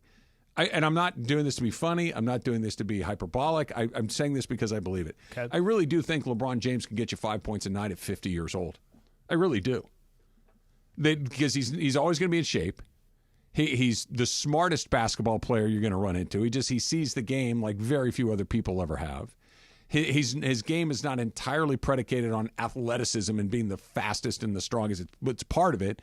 But if he takes care of himself, and he wanted to play until he was in his mid-40s like Brady or beyond like that, I'm not saying he's going to keep averaging 25 points a night. He's not going to do that. No. But if he were comfortable doing the Vince Carter thing, which I don't think he would be, but if he were, he could score 5 points a night playing 15 minutes a night for another 10 years easy. Right? I mean, why wouldn't he be able to? What part of his game is he could get 5 points a night on putbacks just by hanging around the basket and being smart and knowing where to go, knocking down an empty three because somebody sags off on him. They could be doing that forever. He's going to sign an 8-year deal after his next contract is done. A, I hope not. B, if LeBron James, he's like Jordan at 50, he's like, I think I could come back and play. And we all went, because we saw Jordan and his body had gone a little soft. He's carrying a little weight in the middle. And you're like, nah, I don't think so. LeBron James hasn't been soft a day in his life. No. And I don't think that even after he's done playing, he's just going to all of a sudden turn into, some fat-bodied guy. He'll be more like Aaron Donald. He'll be more like Aaron Donald. It would be 5 points a night for him. He could do it in his sleep. What's his consecutive streak of 10-plus points per game? I think there's some ridiculous streak where he scored double digits. Yep. I don't know where it's at, but I know it's ridiculous. The only way that wouldn't happen is if he had an injury that was career altering. And again, at this point, it wouldn't even be altering. It would be probably ending. But if he stays as healthy as he has been through the first quarter century of his career, yeah. And he's not going to do it, but you're telling me that the way he keeps his body in shape, the way that he knows how to play basketball, the way that he can shoot. I get it. He's not Steph Curry or Kevin Durant. He can shoot. You can get some open looks. Yeah. Now, where would he defend? I don't know. That might be a little bit different. Well, supposedly, too, what got LeBron in such great shape at this stage Walks a lot. Walk talk. He's a walker. Does he get back injuries sitting in a chair? Back spasms. He's a walker. Couldn't hurt. He logs all his walks, his runs. Yes. Why does that look at it like? I agree they're not runs, but who cares how it's slugged? Well, it's just, because I'm doing the steps. Because you're lying. You're lying. You're not lying. running. I'm not lying to anybody. That's like telling somebody. That's okay. Here's the equivalent. You and I, you tell us every single day. You're like, yeah, you know what, guys? I run every single day. No, you don't. I never said that. It's like if I logged every single one of my indoor spin classes as an outdoor cycling. What's the difference? It's a huge difference. But you're not telling. But no, I'm not lying about it. It's a button that is easier to hit on my phone, and I get little trinkets when I check off boxes. I like the trinkets. And you know what they say, you lie about one small thing. God knows what else he's lying. You're just about. a liar. Yeah. Exactly. What's going on in that soul? Hot and cold coming up next. It's Travis Lee, 710 ESPN. Is your vehicle due for service? If it is, head into your neighborhood Valvoline Instant Oil Change, home of the 15-minute drive-through oil change. I was driving home yesterday, in fact, and there was this poor guy on the side of the road, and you could tell it was right by Disneyland, and I'm thinking, I hope he wasn't taking his family to Disneyland right there. I hope he was not doing that, because that would be a terrible way to start a summer road trip, right? To be broken down on the side of the road. So if you're going somewhere, if you're getting ready to take that summer trip, get into your neighborhood Valvoline Instant Oil Change, home of the 15-minute drive-through oil change. Oil changes, tire rotations, transmission care, and a whole lot more, like wipers, for instance. You just pull up, drive in, and drive out in about 15 minutes. You don't even have to get out of the car. You can stay there relaxed. Hopefully that sound goes away, and know that your car is being taken care of by professionals. 80 locations in and around Southern California, ready to get your ride, ready for the road in no time. So visit SoCalOilChange.com to find one of those 80 locations and to download game-winning coupons off of your next Valvoline Instant Oil Change. I'm going today to the one off of Rosemead. So perfect. I'll go check it out. There you go. Minutes. Send me some pics. Yeah, I will. We'll do it. Sure. Yeah. Jorge's at Valvoline. We should all be at Valvoline. Really excited to see the new schools come into play at the Coliseum. Obviously, you're going to have Notre Dame to finish the season. That's always a special game. But seeing Nebraska showing up, Penn State showing up, LSU at the Collie, that's what I'm really looking forward to. I think both programs, the men's football program and the men's basketball program, are moving in the right direction. And the women's basketball program at USC is going to be ranked top 5 next year. So it's a great time for the USC Trojans to be back on ESPN LA. I'm really curious to see, what does USC football look like without Caleb Williams? What are the adjustments that Lincoln Riley makes? And what is the defense going to look like in the non-Alex Grinch era? New conference, new quarterback, just really fired up on the football side. New head coach for basketball, so almost like a really new team, which is going to be awesome. And then returning to prominence for USC women's basketball, to be back to where USC women's basketball is. I'm super excited to see Juju in her second year, but just the rest of the players continue to grow under Coach Godley. This beautiful thing has been up since the first time SC was here. But guess what? USC is back! And once again, this means something for us. Pumped for this season. USC Athletics back on 710 ESPN. BillsOrtho.com. Get your red on and enjoy Angels baseball from the comfort of a suite. Entertain guests with all-inclusive packages. Call 888-796-HALO or visit angels.com/suites.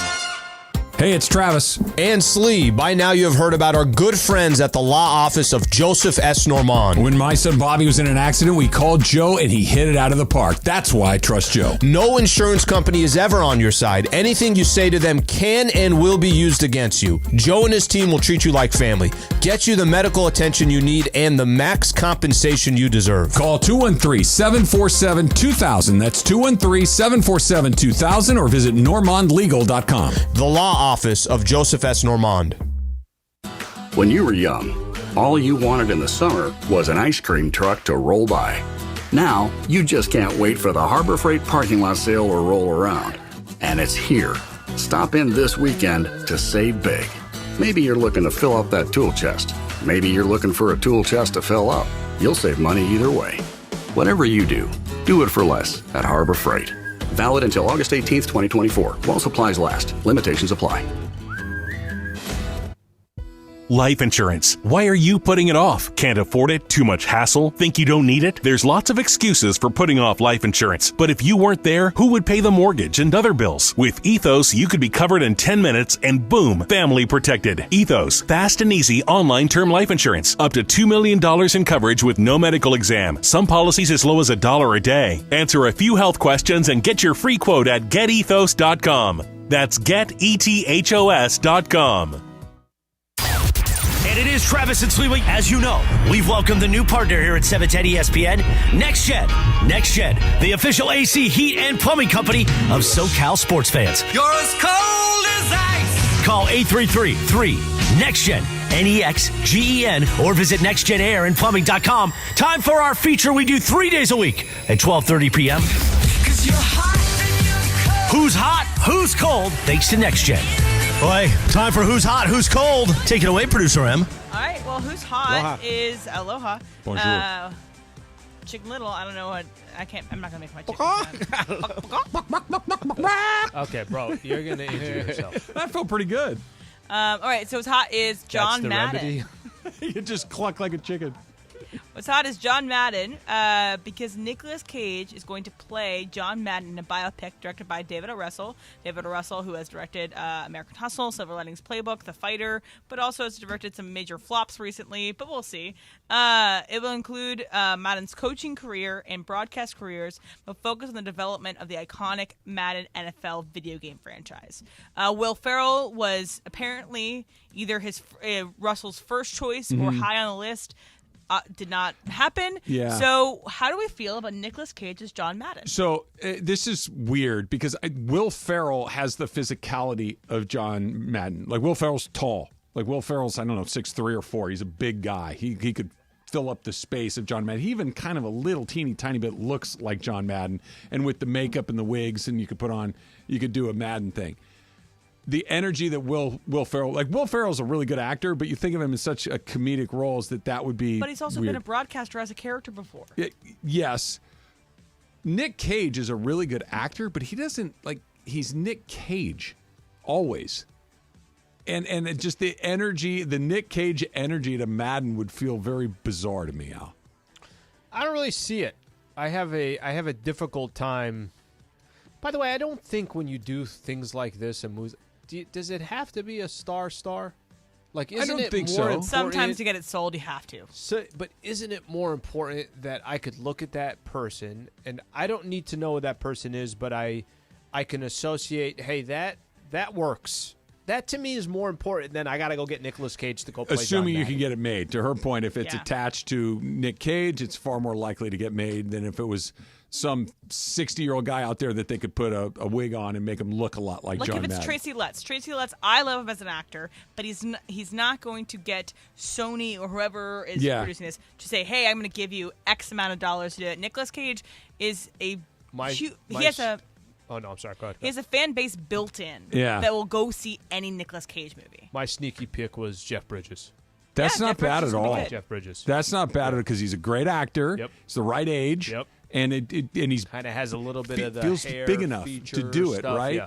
So my buddy Brian, I was kind of talking about this with them because I'm like, Nick Cage just doesn't have any passing resemblance. Doesn't disappear either. Right, but he just doesn't look and feel like John Madden's big, broad. Nick Cage is tall and thin, or at least feels to me tall and thin. He goes, dude, Christian Bale played Dick Cheney. I'm Very like, true. That's a really good point. There is very talented prosthetic people out there that can do that stuff. Christian Bale does not look even a little bit like Dick Cheney, and you looked at it like, my God, that's Dick Cheney. And so maybe it doesn't matter at all. When you're a casting director, when you're a director, when you're a person producing a film, you sometimes have to decide whether or not a biopic, if it's a biopic, if you're going to get someone who looks the most like them, or you get the person that can most embody this person. And oftentimes, or the biggest name that will agree to be on your movie. And so it's kind of the swing factor here. And again, with David O. Russell's most recent films not really super landing, it's going to be an interesting thing because this is a beloved person in John Madden. And well-known. Well-known in a part of the world that doesn't always go to movies. So in the football world, not every football guy goes and sees every movie out there. And so, but they do like Nicolas Cage most of the time. So he's a good actor. It's going to be interesting. I don't see him disappearing into the role.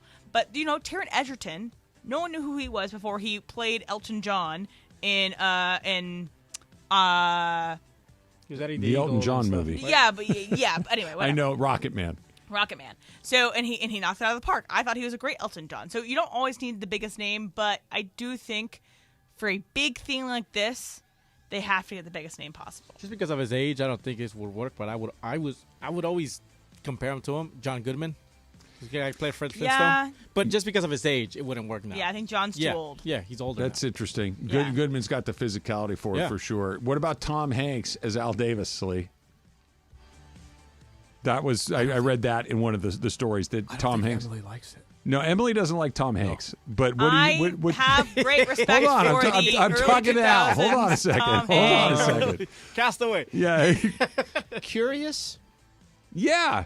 Curious? Just because it is Tom Hanks and just because they will do whatever they need to do to. But that character playing Al Davis is so distinct. Yes. Yes.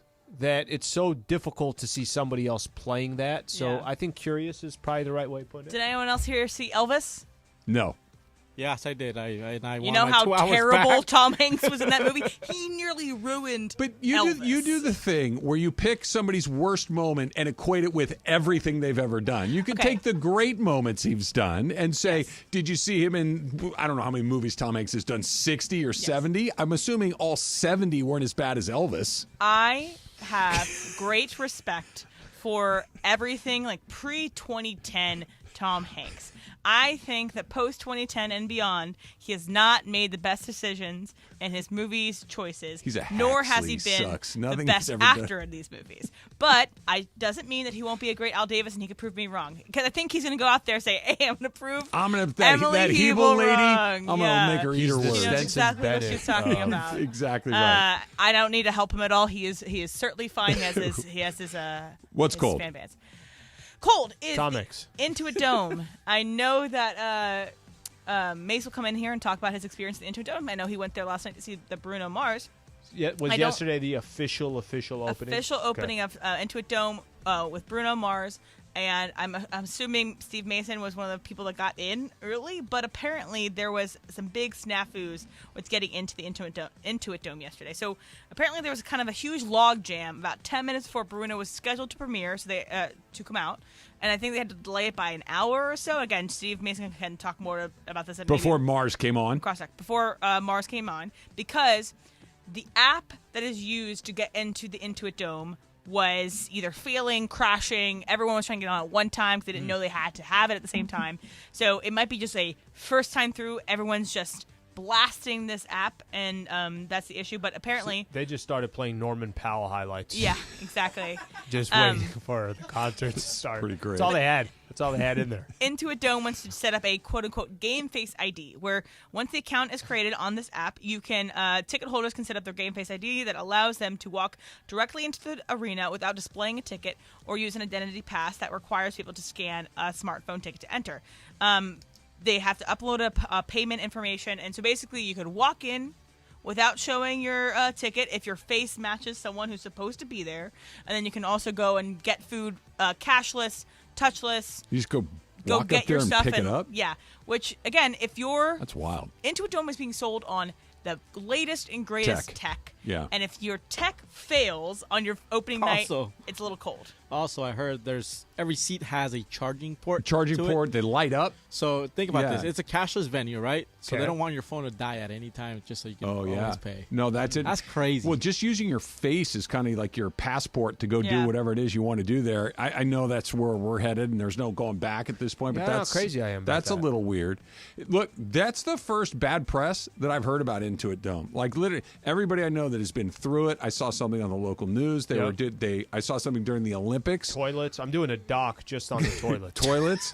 There was something during the Olympics where they're talking about LA 28 and talking about the different venues. And Intuit Dome's going to host basketball. Mm-hmm. That's where basketball will be played in 2028.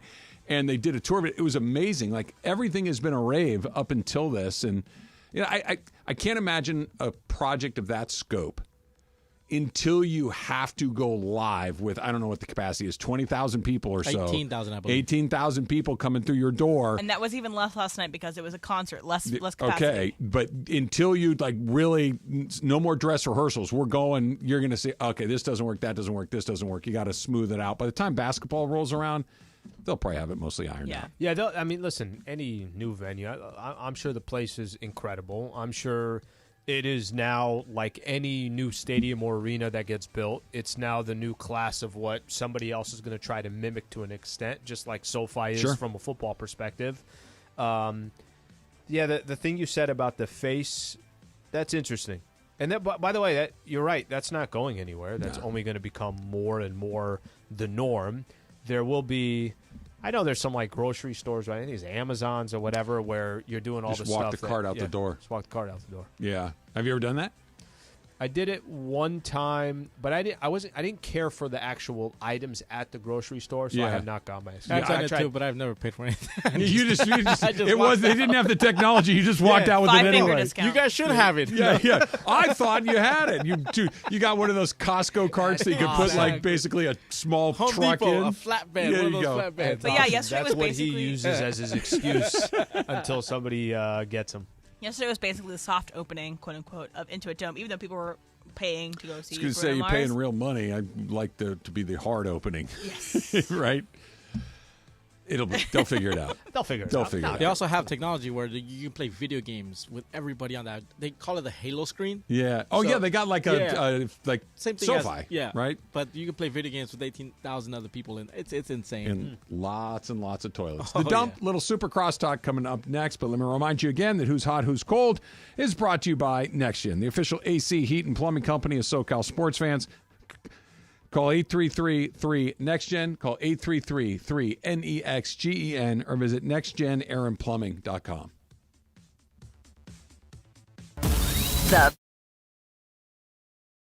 There's nothing like NHL hockey, LA Kings hockey on 710 ESPN. Welcome to the family. Brand new partnership. We're excited to have the Kings right here, the home of the Los Angeles Kings.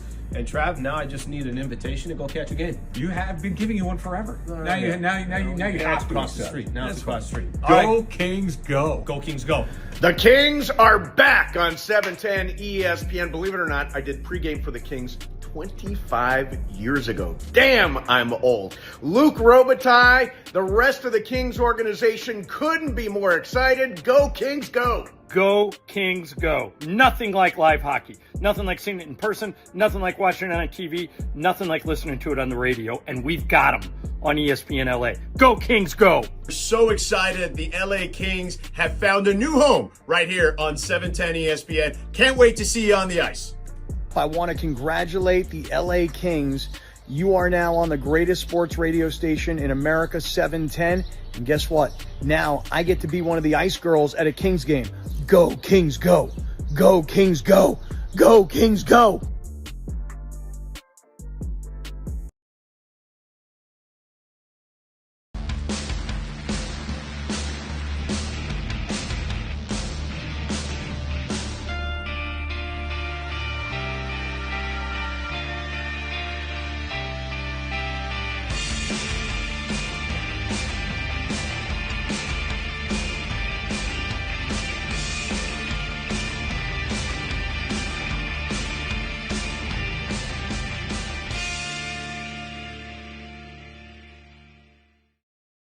Download the PrizePicks app. Use my code CAPPY, K-A-P-P-Y. Download PrizePicks. Use the code CAPPY, and they're going to match your first deposit 100% up to $100. Let's all win together on PrizePicks.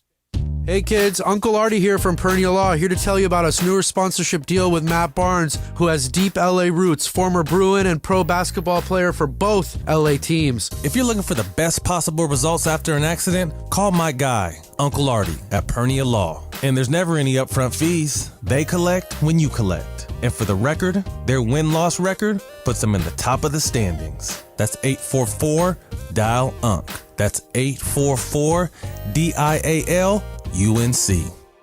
Hey guys, it's Cappy here, and let me talk to you about this issue of dealing with your homeowner's insurance. So your home floods, right? You have a big giant flood at your house, and you realize that the insurance adjuster is trying to pay you so little that you won't be able to repair the damage.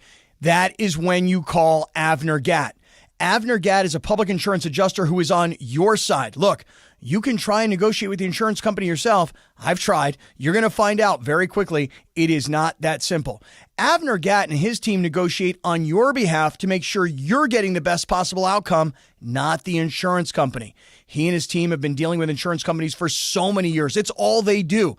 They've got the experience. They've got the industry know-how that you need on your side. Now, some of these folks used to work for insurance companies before they joined Avner's team, and Avner Gatt himself has 20 years of experience in this industry.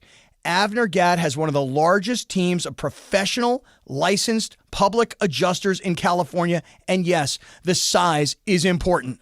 Avner has a unique winning recipe for handling homeowners' insurance claims. No one, and I mean no one, messes around with Avner Gatt and his team. Call Avner Gatt, 818-917-5256, 818-917-5256, or visit AvnerGatt.com. That's AVNERGAT, AvnerGatt.com. You call Avner Gatt, 818-917-5256. Avner takes the call himself. Hello! You've got to watch your NFL team every Sunday, and Verizon's got you covered for all your team's out-of-market games every Sunday afternoon. Come on! From kickoff to sign-off, from first downs and touchdowns right. to turnovers and overturned plays. After review, the pass was incomplete. Nice! Let's go! This season, win every Sunday with Verizon. Get a great deal on NFL Sunday Ticket from YouTube and YouTube TV and a new phone. Excludes digital-only games. Terms and embargoes apply. When your job demands more than just hard work, trust Timberland Pro, the brand that defines superior comfort, performance, and durability. Built on a legacy of craftsmanship, Timberland Pro provides boots and apparel that stand up to the toughest challenges. Our products are as resilient as the skilled men and women who wear them. From the workshop to the job site, Timberland Pro is there with you every step of the way, blending innovation with time-tested quality. Discover why professionals choose Timberland Pro. Always do, never done. Visit timberlandpro.com or your local Timberland Pro dealer. It's time for everything we haven't gotten to today. Yes, it's time for the dump.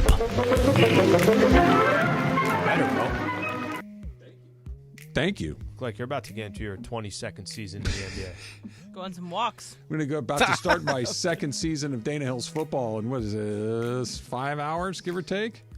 Do you get, I think, I don't know where you are at this now, but when you're doing your first radio show, it's doing this, you're doing the first Rams pregame.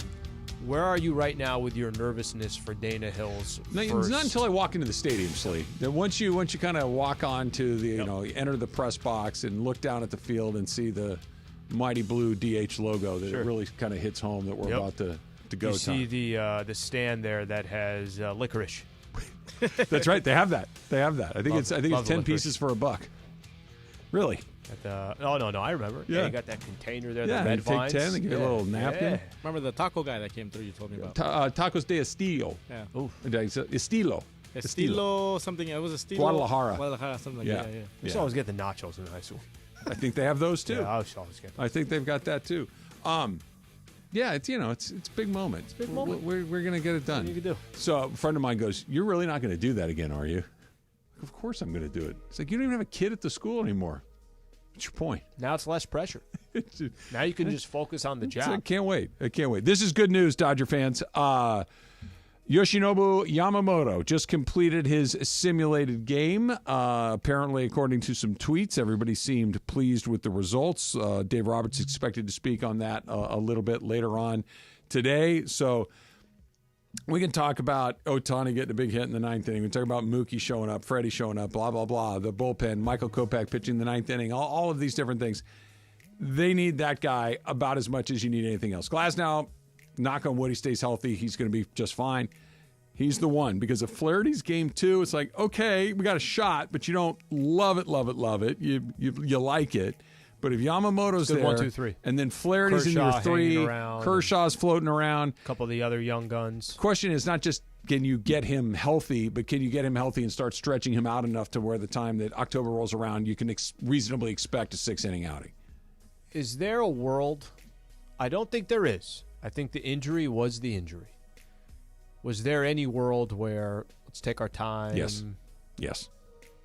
I don't know if that's what it is. I have not asked that question to the people that I talk to about these things. You know where I'm going. I do. Hey, look, this is a very small thing. Let's shut it down like it's a big thing, and that way we're fresh and ready to go. The question with this dude has always been, is he big enough? Will he last long enough? And he had a sore shoulder. Now, again, we're speculating here, but if you're being optimistic, if you're conspiracy theory prone, love conspiracy. It could be hey, listen, shut him down for a couple of months. Just shut him down, and then we'll start to ramp him back up by the time we go. And come October 1st, full steam ahead. Maybe. I mean, listen, if you think of Kershaw as well, I remember last year you saying shut Kershaw down. I think it was always like, give me a couple months in the middle of the season. Right around. Let's take July and August off. Sure. And then come back in September and start to ramp it up again. And that's kind of what they're doing here. It's not super far off from that. I'm not saying that that's what happened and that was the strategy from the beginning, or it could just have worked out timing wise that this is the path. Could be. Either way, this is when you want your guys.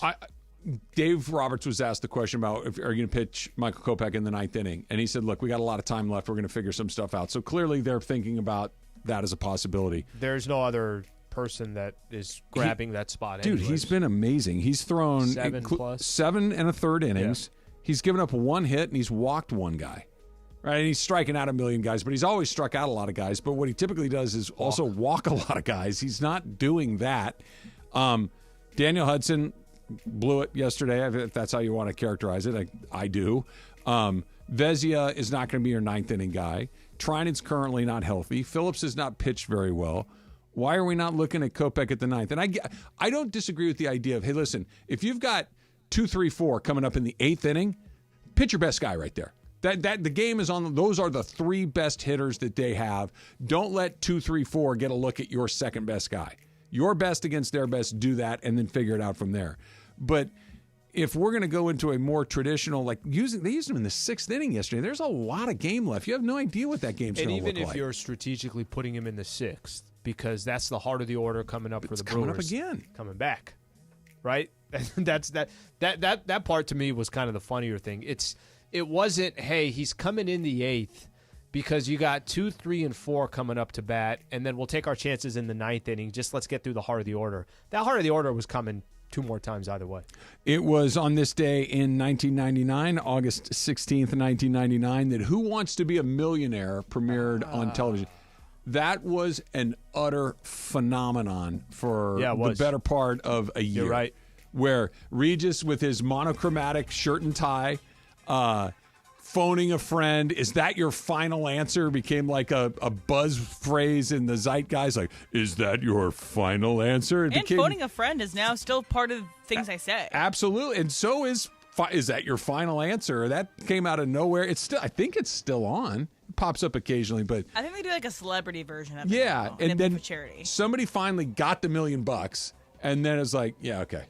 It also spurned a movie that won either Slumdog tied for the most Oscars ever, but yes, Slumdog Millionaire. Yeah, I forgot was about obviously that. like not the Danny American Boyle. version of this, but the Indian version of it, and Dev Patel got launched because of that. Thank God Tom Hanks wasn't in that.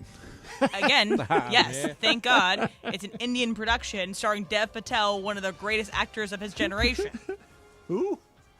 Dev Patel. Okay. He's the guy from Slumdog Take it Millionaire. easy. He's also in Lion. That you don't know who Dev Patel is really hurts my feelings. If I saw his face, I might. I do not know the name. I mean, is he your brother? No, but I care a lot about him. Clearly. Okay, not going to lie. I saw the face. I still don't think I know. Let me see. All right, here's Dev Patel. Oh, no, I've seen that guy. I did not know that his name was Dev Patel, but I know who that guy is. Like, I know he's in. If you showed me who is that, I'd say that's an actor. He's in a lot of stuff. But if you said, what's his name, I would like to phone a friend. I do not know. You know, we would do that with some of the Argentinian guys. Millionaire. Some of the Argentinian guys from The Office and TV. Oh, Diego Maradona. Who? Diego who? They would be like, are you serious? You don't know who Diego Maradona is? No, Diego who? Who's that? Like they would get Diego, mad. Dora's brother from the cartoon? Go, Diego, go. Oh, yeah, he had his own show, didn't he? He did, yeah. That's right.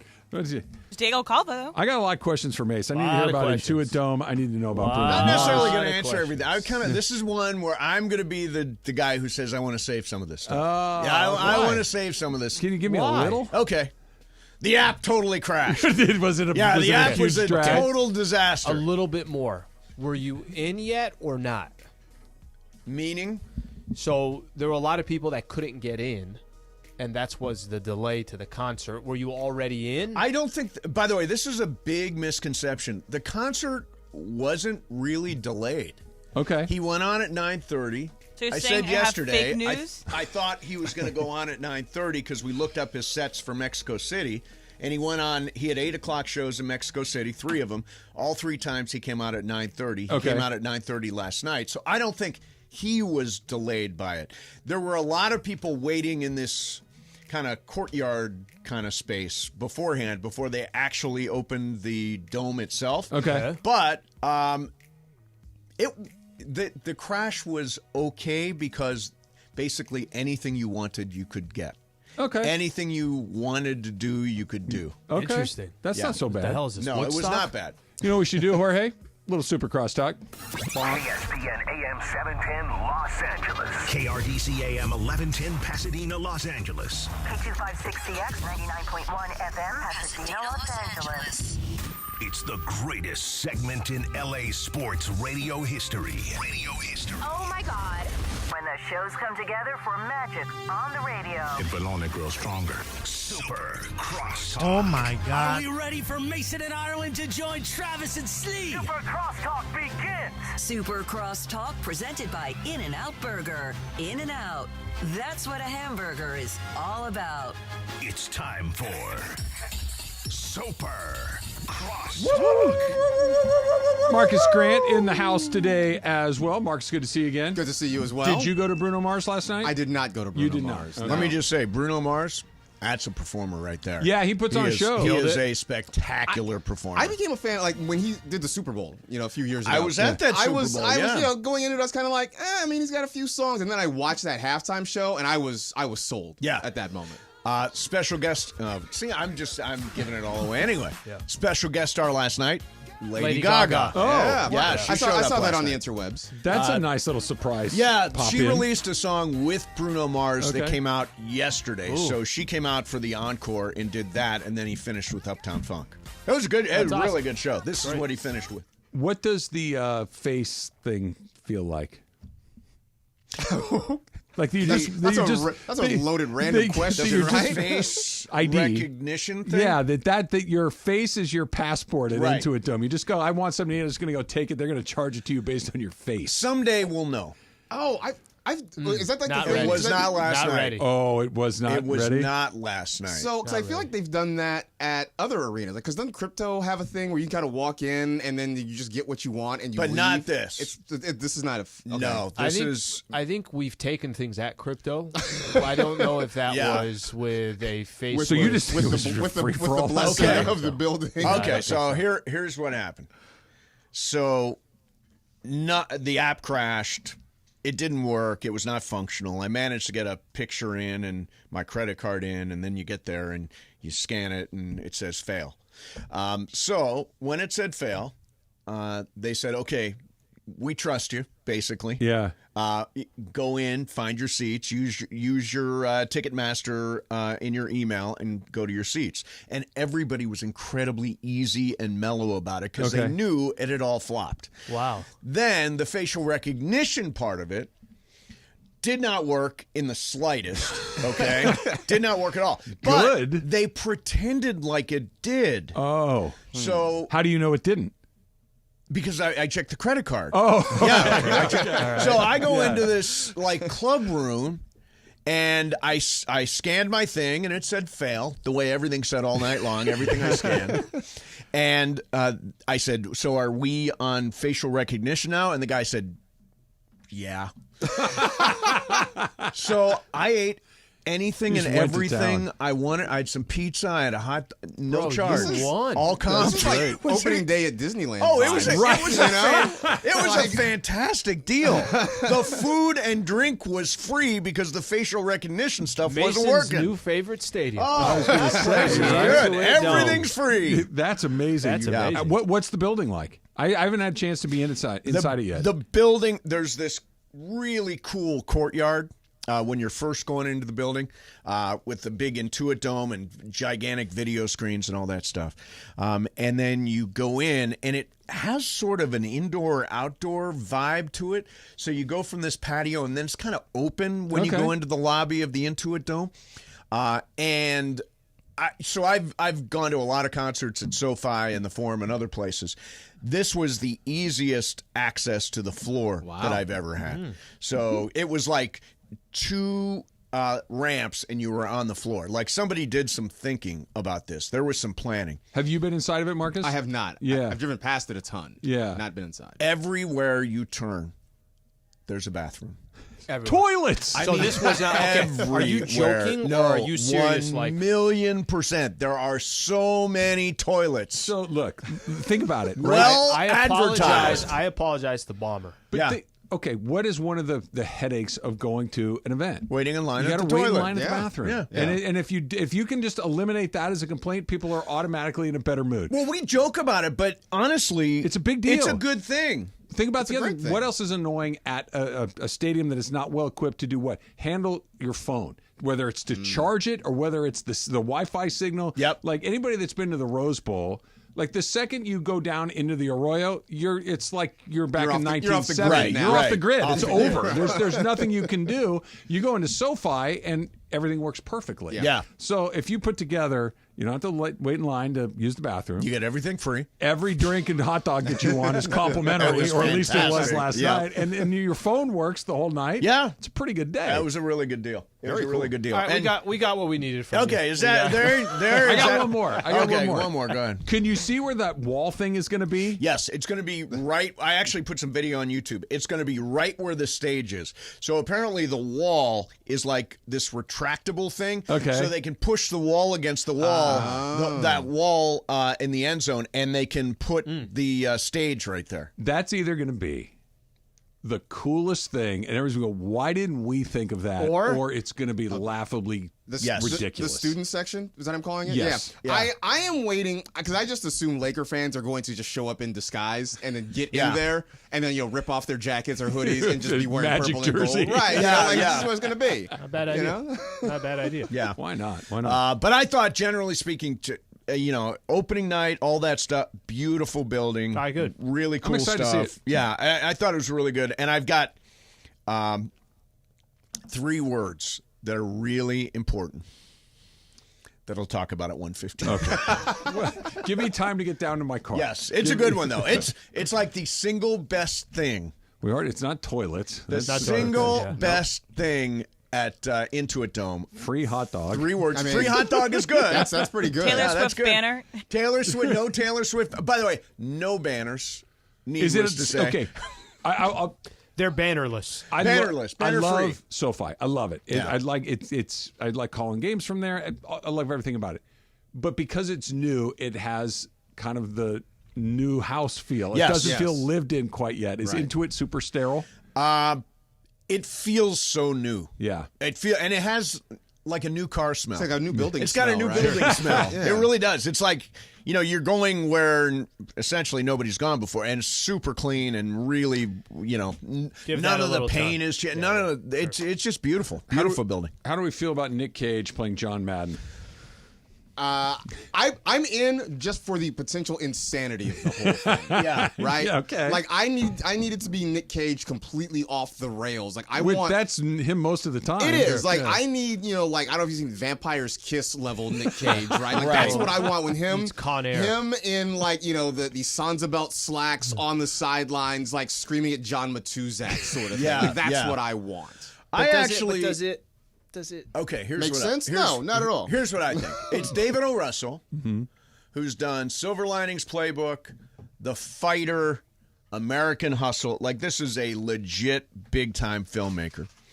He has a feel for this, and I guarantee you he's going to nail it. He nails everything. And it doesn't matter Amsterdam? What a perfect setup. Amsterdam. What a perfect setup. I was going to go through I've been waiting. I keep looking over my shoulder like, Emily, this is your cue. What is this?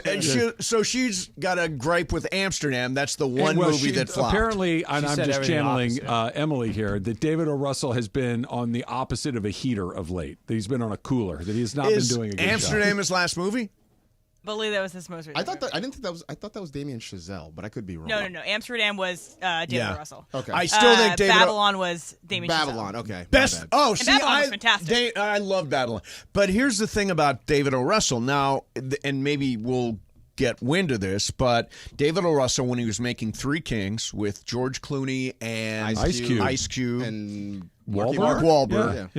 Clooney had a monster throwdown with David O. Russell, and it was like literally throwing punches. Wow. Now I heard Clooney won the fight, but it went to the cards. Did it go to the judges? Split decision. Then he made a movie called I Heart Huckabees, which isn't his best movie, but actually is still all right. Yeah. So little he got into a taste. gigantic fight with Lily Tomlin, and it lives on YouTube. You can see David Why does he O. fight Russell. with everybody? He made Amy Adams cry in The Fighter. He's what? He's made Amy Adams cry in The Fighter. Yeah, I mean, he's like one of those. I did a Q&A with him. Oh, actually, this is a cool story. So I did a Q&A for the movie The Fighter. Okay, great my movie, theater's by the way. out in Palm Springs. It was fantastic. Yeah. And we were always looking for like cool things to bring to our audiences. So we flew Mickey Ward out to the theaters to do a Q&A after The Fighter. And David O. Russell showed up too. So I ended up doing this Q&A with Mickey Ward and David O. Russell after a screening of The Fighter. David O. Russell did not get into any fights and seemed like a perfectly reasonable Well, there's a real guy. fider in the room. Yeah, Mickey Ward would have busted him up. Don't fight Mickey Ward. It's probably a pretty good role. Exactly but right. it was a really, really cool night. But I had a good experience with David O. Russell. Others have not. Others have not. Demanding? Is that the issue? Demanding, emotional. Kind of like an older school version of a director. He's like that a method messes director. really with around you. anymore. Yeah. You don't get away with the stuff David O. Russell Nicolas has. Cage as John Madden is such a specific type of person, right? That he's larger than life, and oh, by the way, he's a really big guy. Yes, right. Yeah, and he's broad. He's got an enormous head. Like he Yeah. I mean, just the physicality of John Madden is so specific. Nick Cage, I know you can do prosthetics. I know you can do makeup. I know you can do wigs. I know you can do all of these things.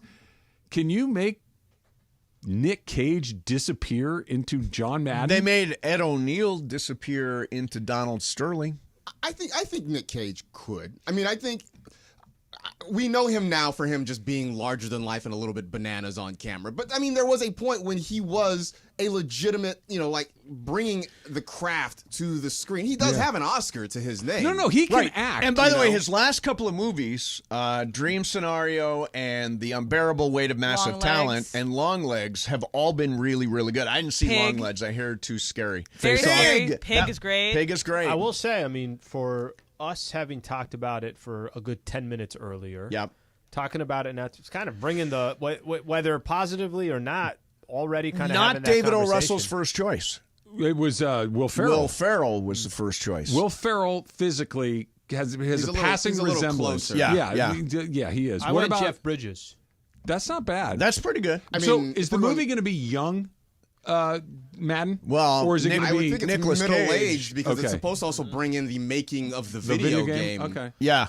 And who plays Al Davis? Tom Hanks is what I saw. Yeah. Tom Really? Hanks. Yeah. He was already so bad as Colonel Parker in Elvis. Now he's going to do Al Davis. Emily, Now you have a fan. you have over an here. You got a ally in fan Colonel over here. Colonel Tom Parker Oh, ruined no. Elvis. Tom Hanks was terrible as Colonel Tom Parker. He was absolutely terrible in Elvis. Yeah. And he was the worst part of that movie, in a movie that was very questionable. It doesn't necessarily besides- mean he'll be terrible as Al No, Davis. it doesn't. But I don't know. It's going to be that role in Elvis was him going for it. Yeah. He was doing a prosthetics, having an accent, going really hard. And Al Davis is not exactly the same character, but not totally different. It's a person that also has a huge personality. You've got to have that accent. I mean, that manner of speaking that Al had as well. I think Tom Hanks plays the best when he is a fatherly, grounded figure. Yes. And I don't think that role is going to be. Are you saying that Al Davis is not a good father? Tom Hanks is great as everyman. He's an everyman. I agree with that. I think you need a very specific man to play Al Davis. Honestly, weirdly, Ed O'Neill could probably do Al Ed Davis. O'Neill. I mean, I was thinking Dennis Quaid. There are guys that could do it. We got to make a sports movie without Dennis Quaid.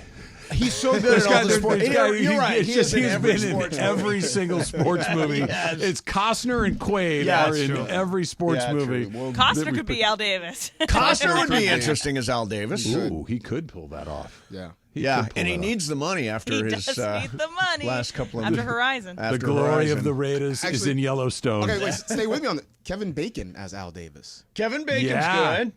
Kevin Bacon too handsome to pull that off? I mean, I think in Maxine he wasn't that handsome. You can sort of ugly him up a little bit. And he was in that show City on a Hill, so he can kind of give you like a Massachusetts sort of Boston He's kind of been in a few things where he's menacing too. Yeah. So Al Davis is menacing. He's got the same shape head as that Al Davis. works. Right. Yeah, he's got the same shape head. Absolutely. I can see that. Yeah, Kevin Bacon. You have a future as a casting director, man. Hey, man, this radio thing doesn't work out. David O. Russell, are you listening? Kevin Bacon. You have to fight David O. Russell to get the job. Yeah, all right, let's go. Yeah. Let's go. Throw down with David O. Super Crosstalks brought to you by In-N-Out. In-N-Out, that's what a hamburger's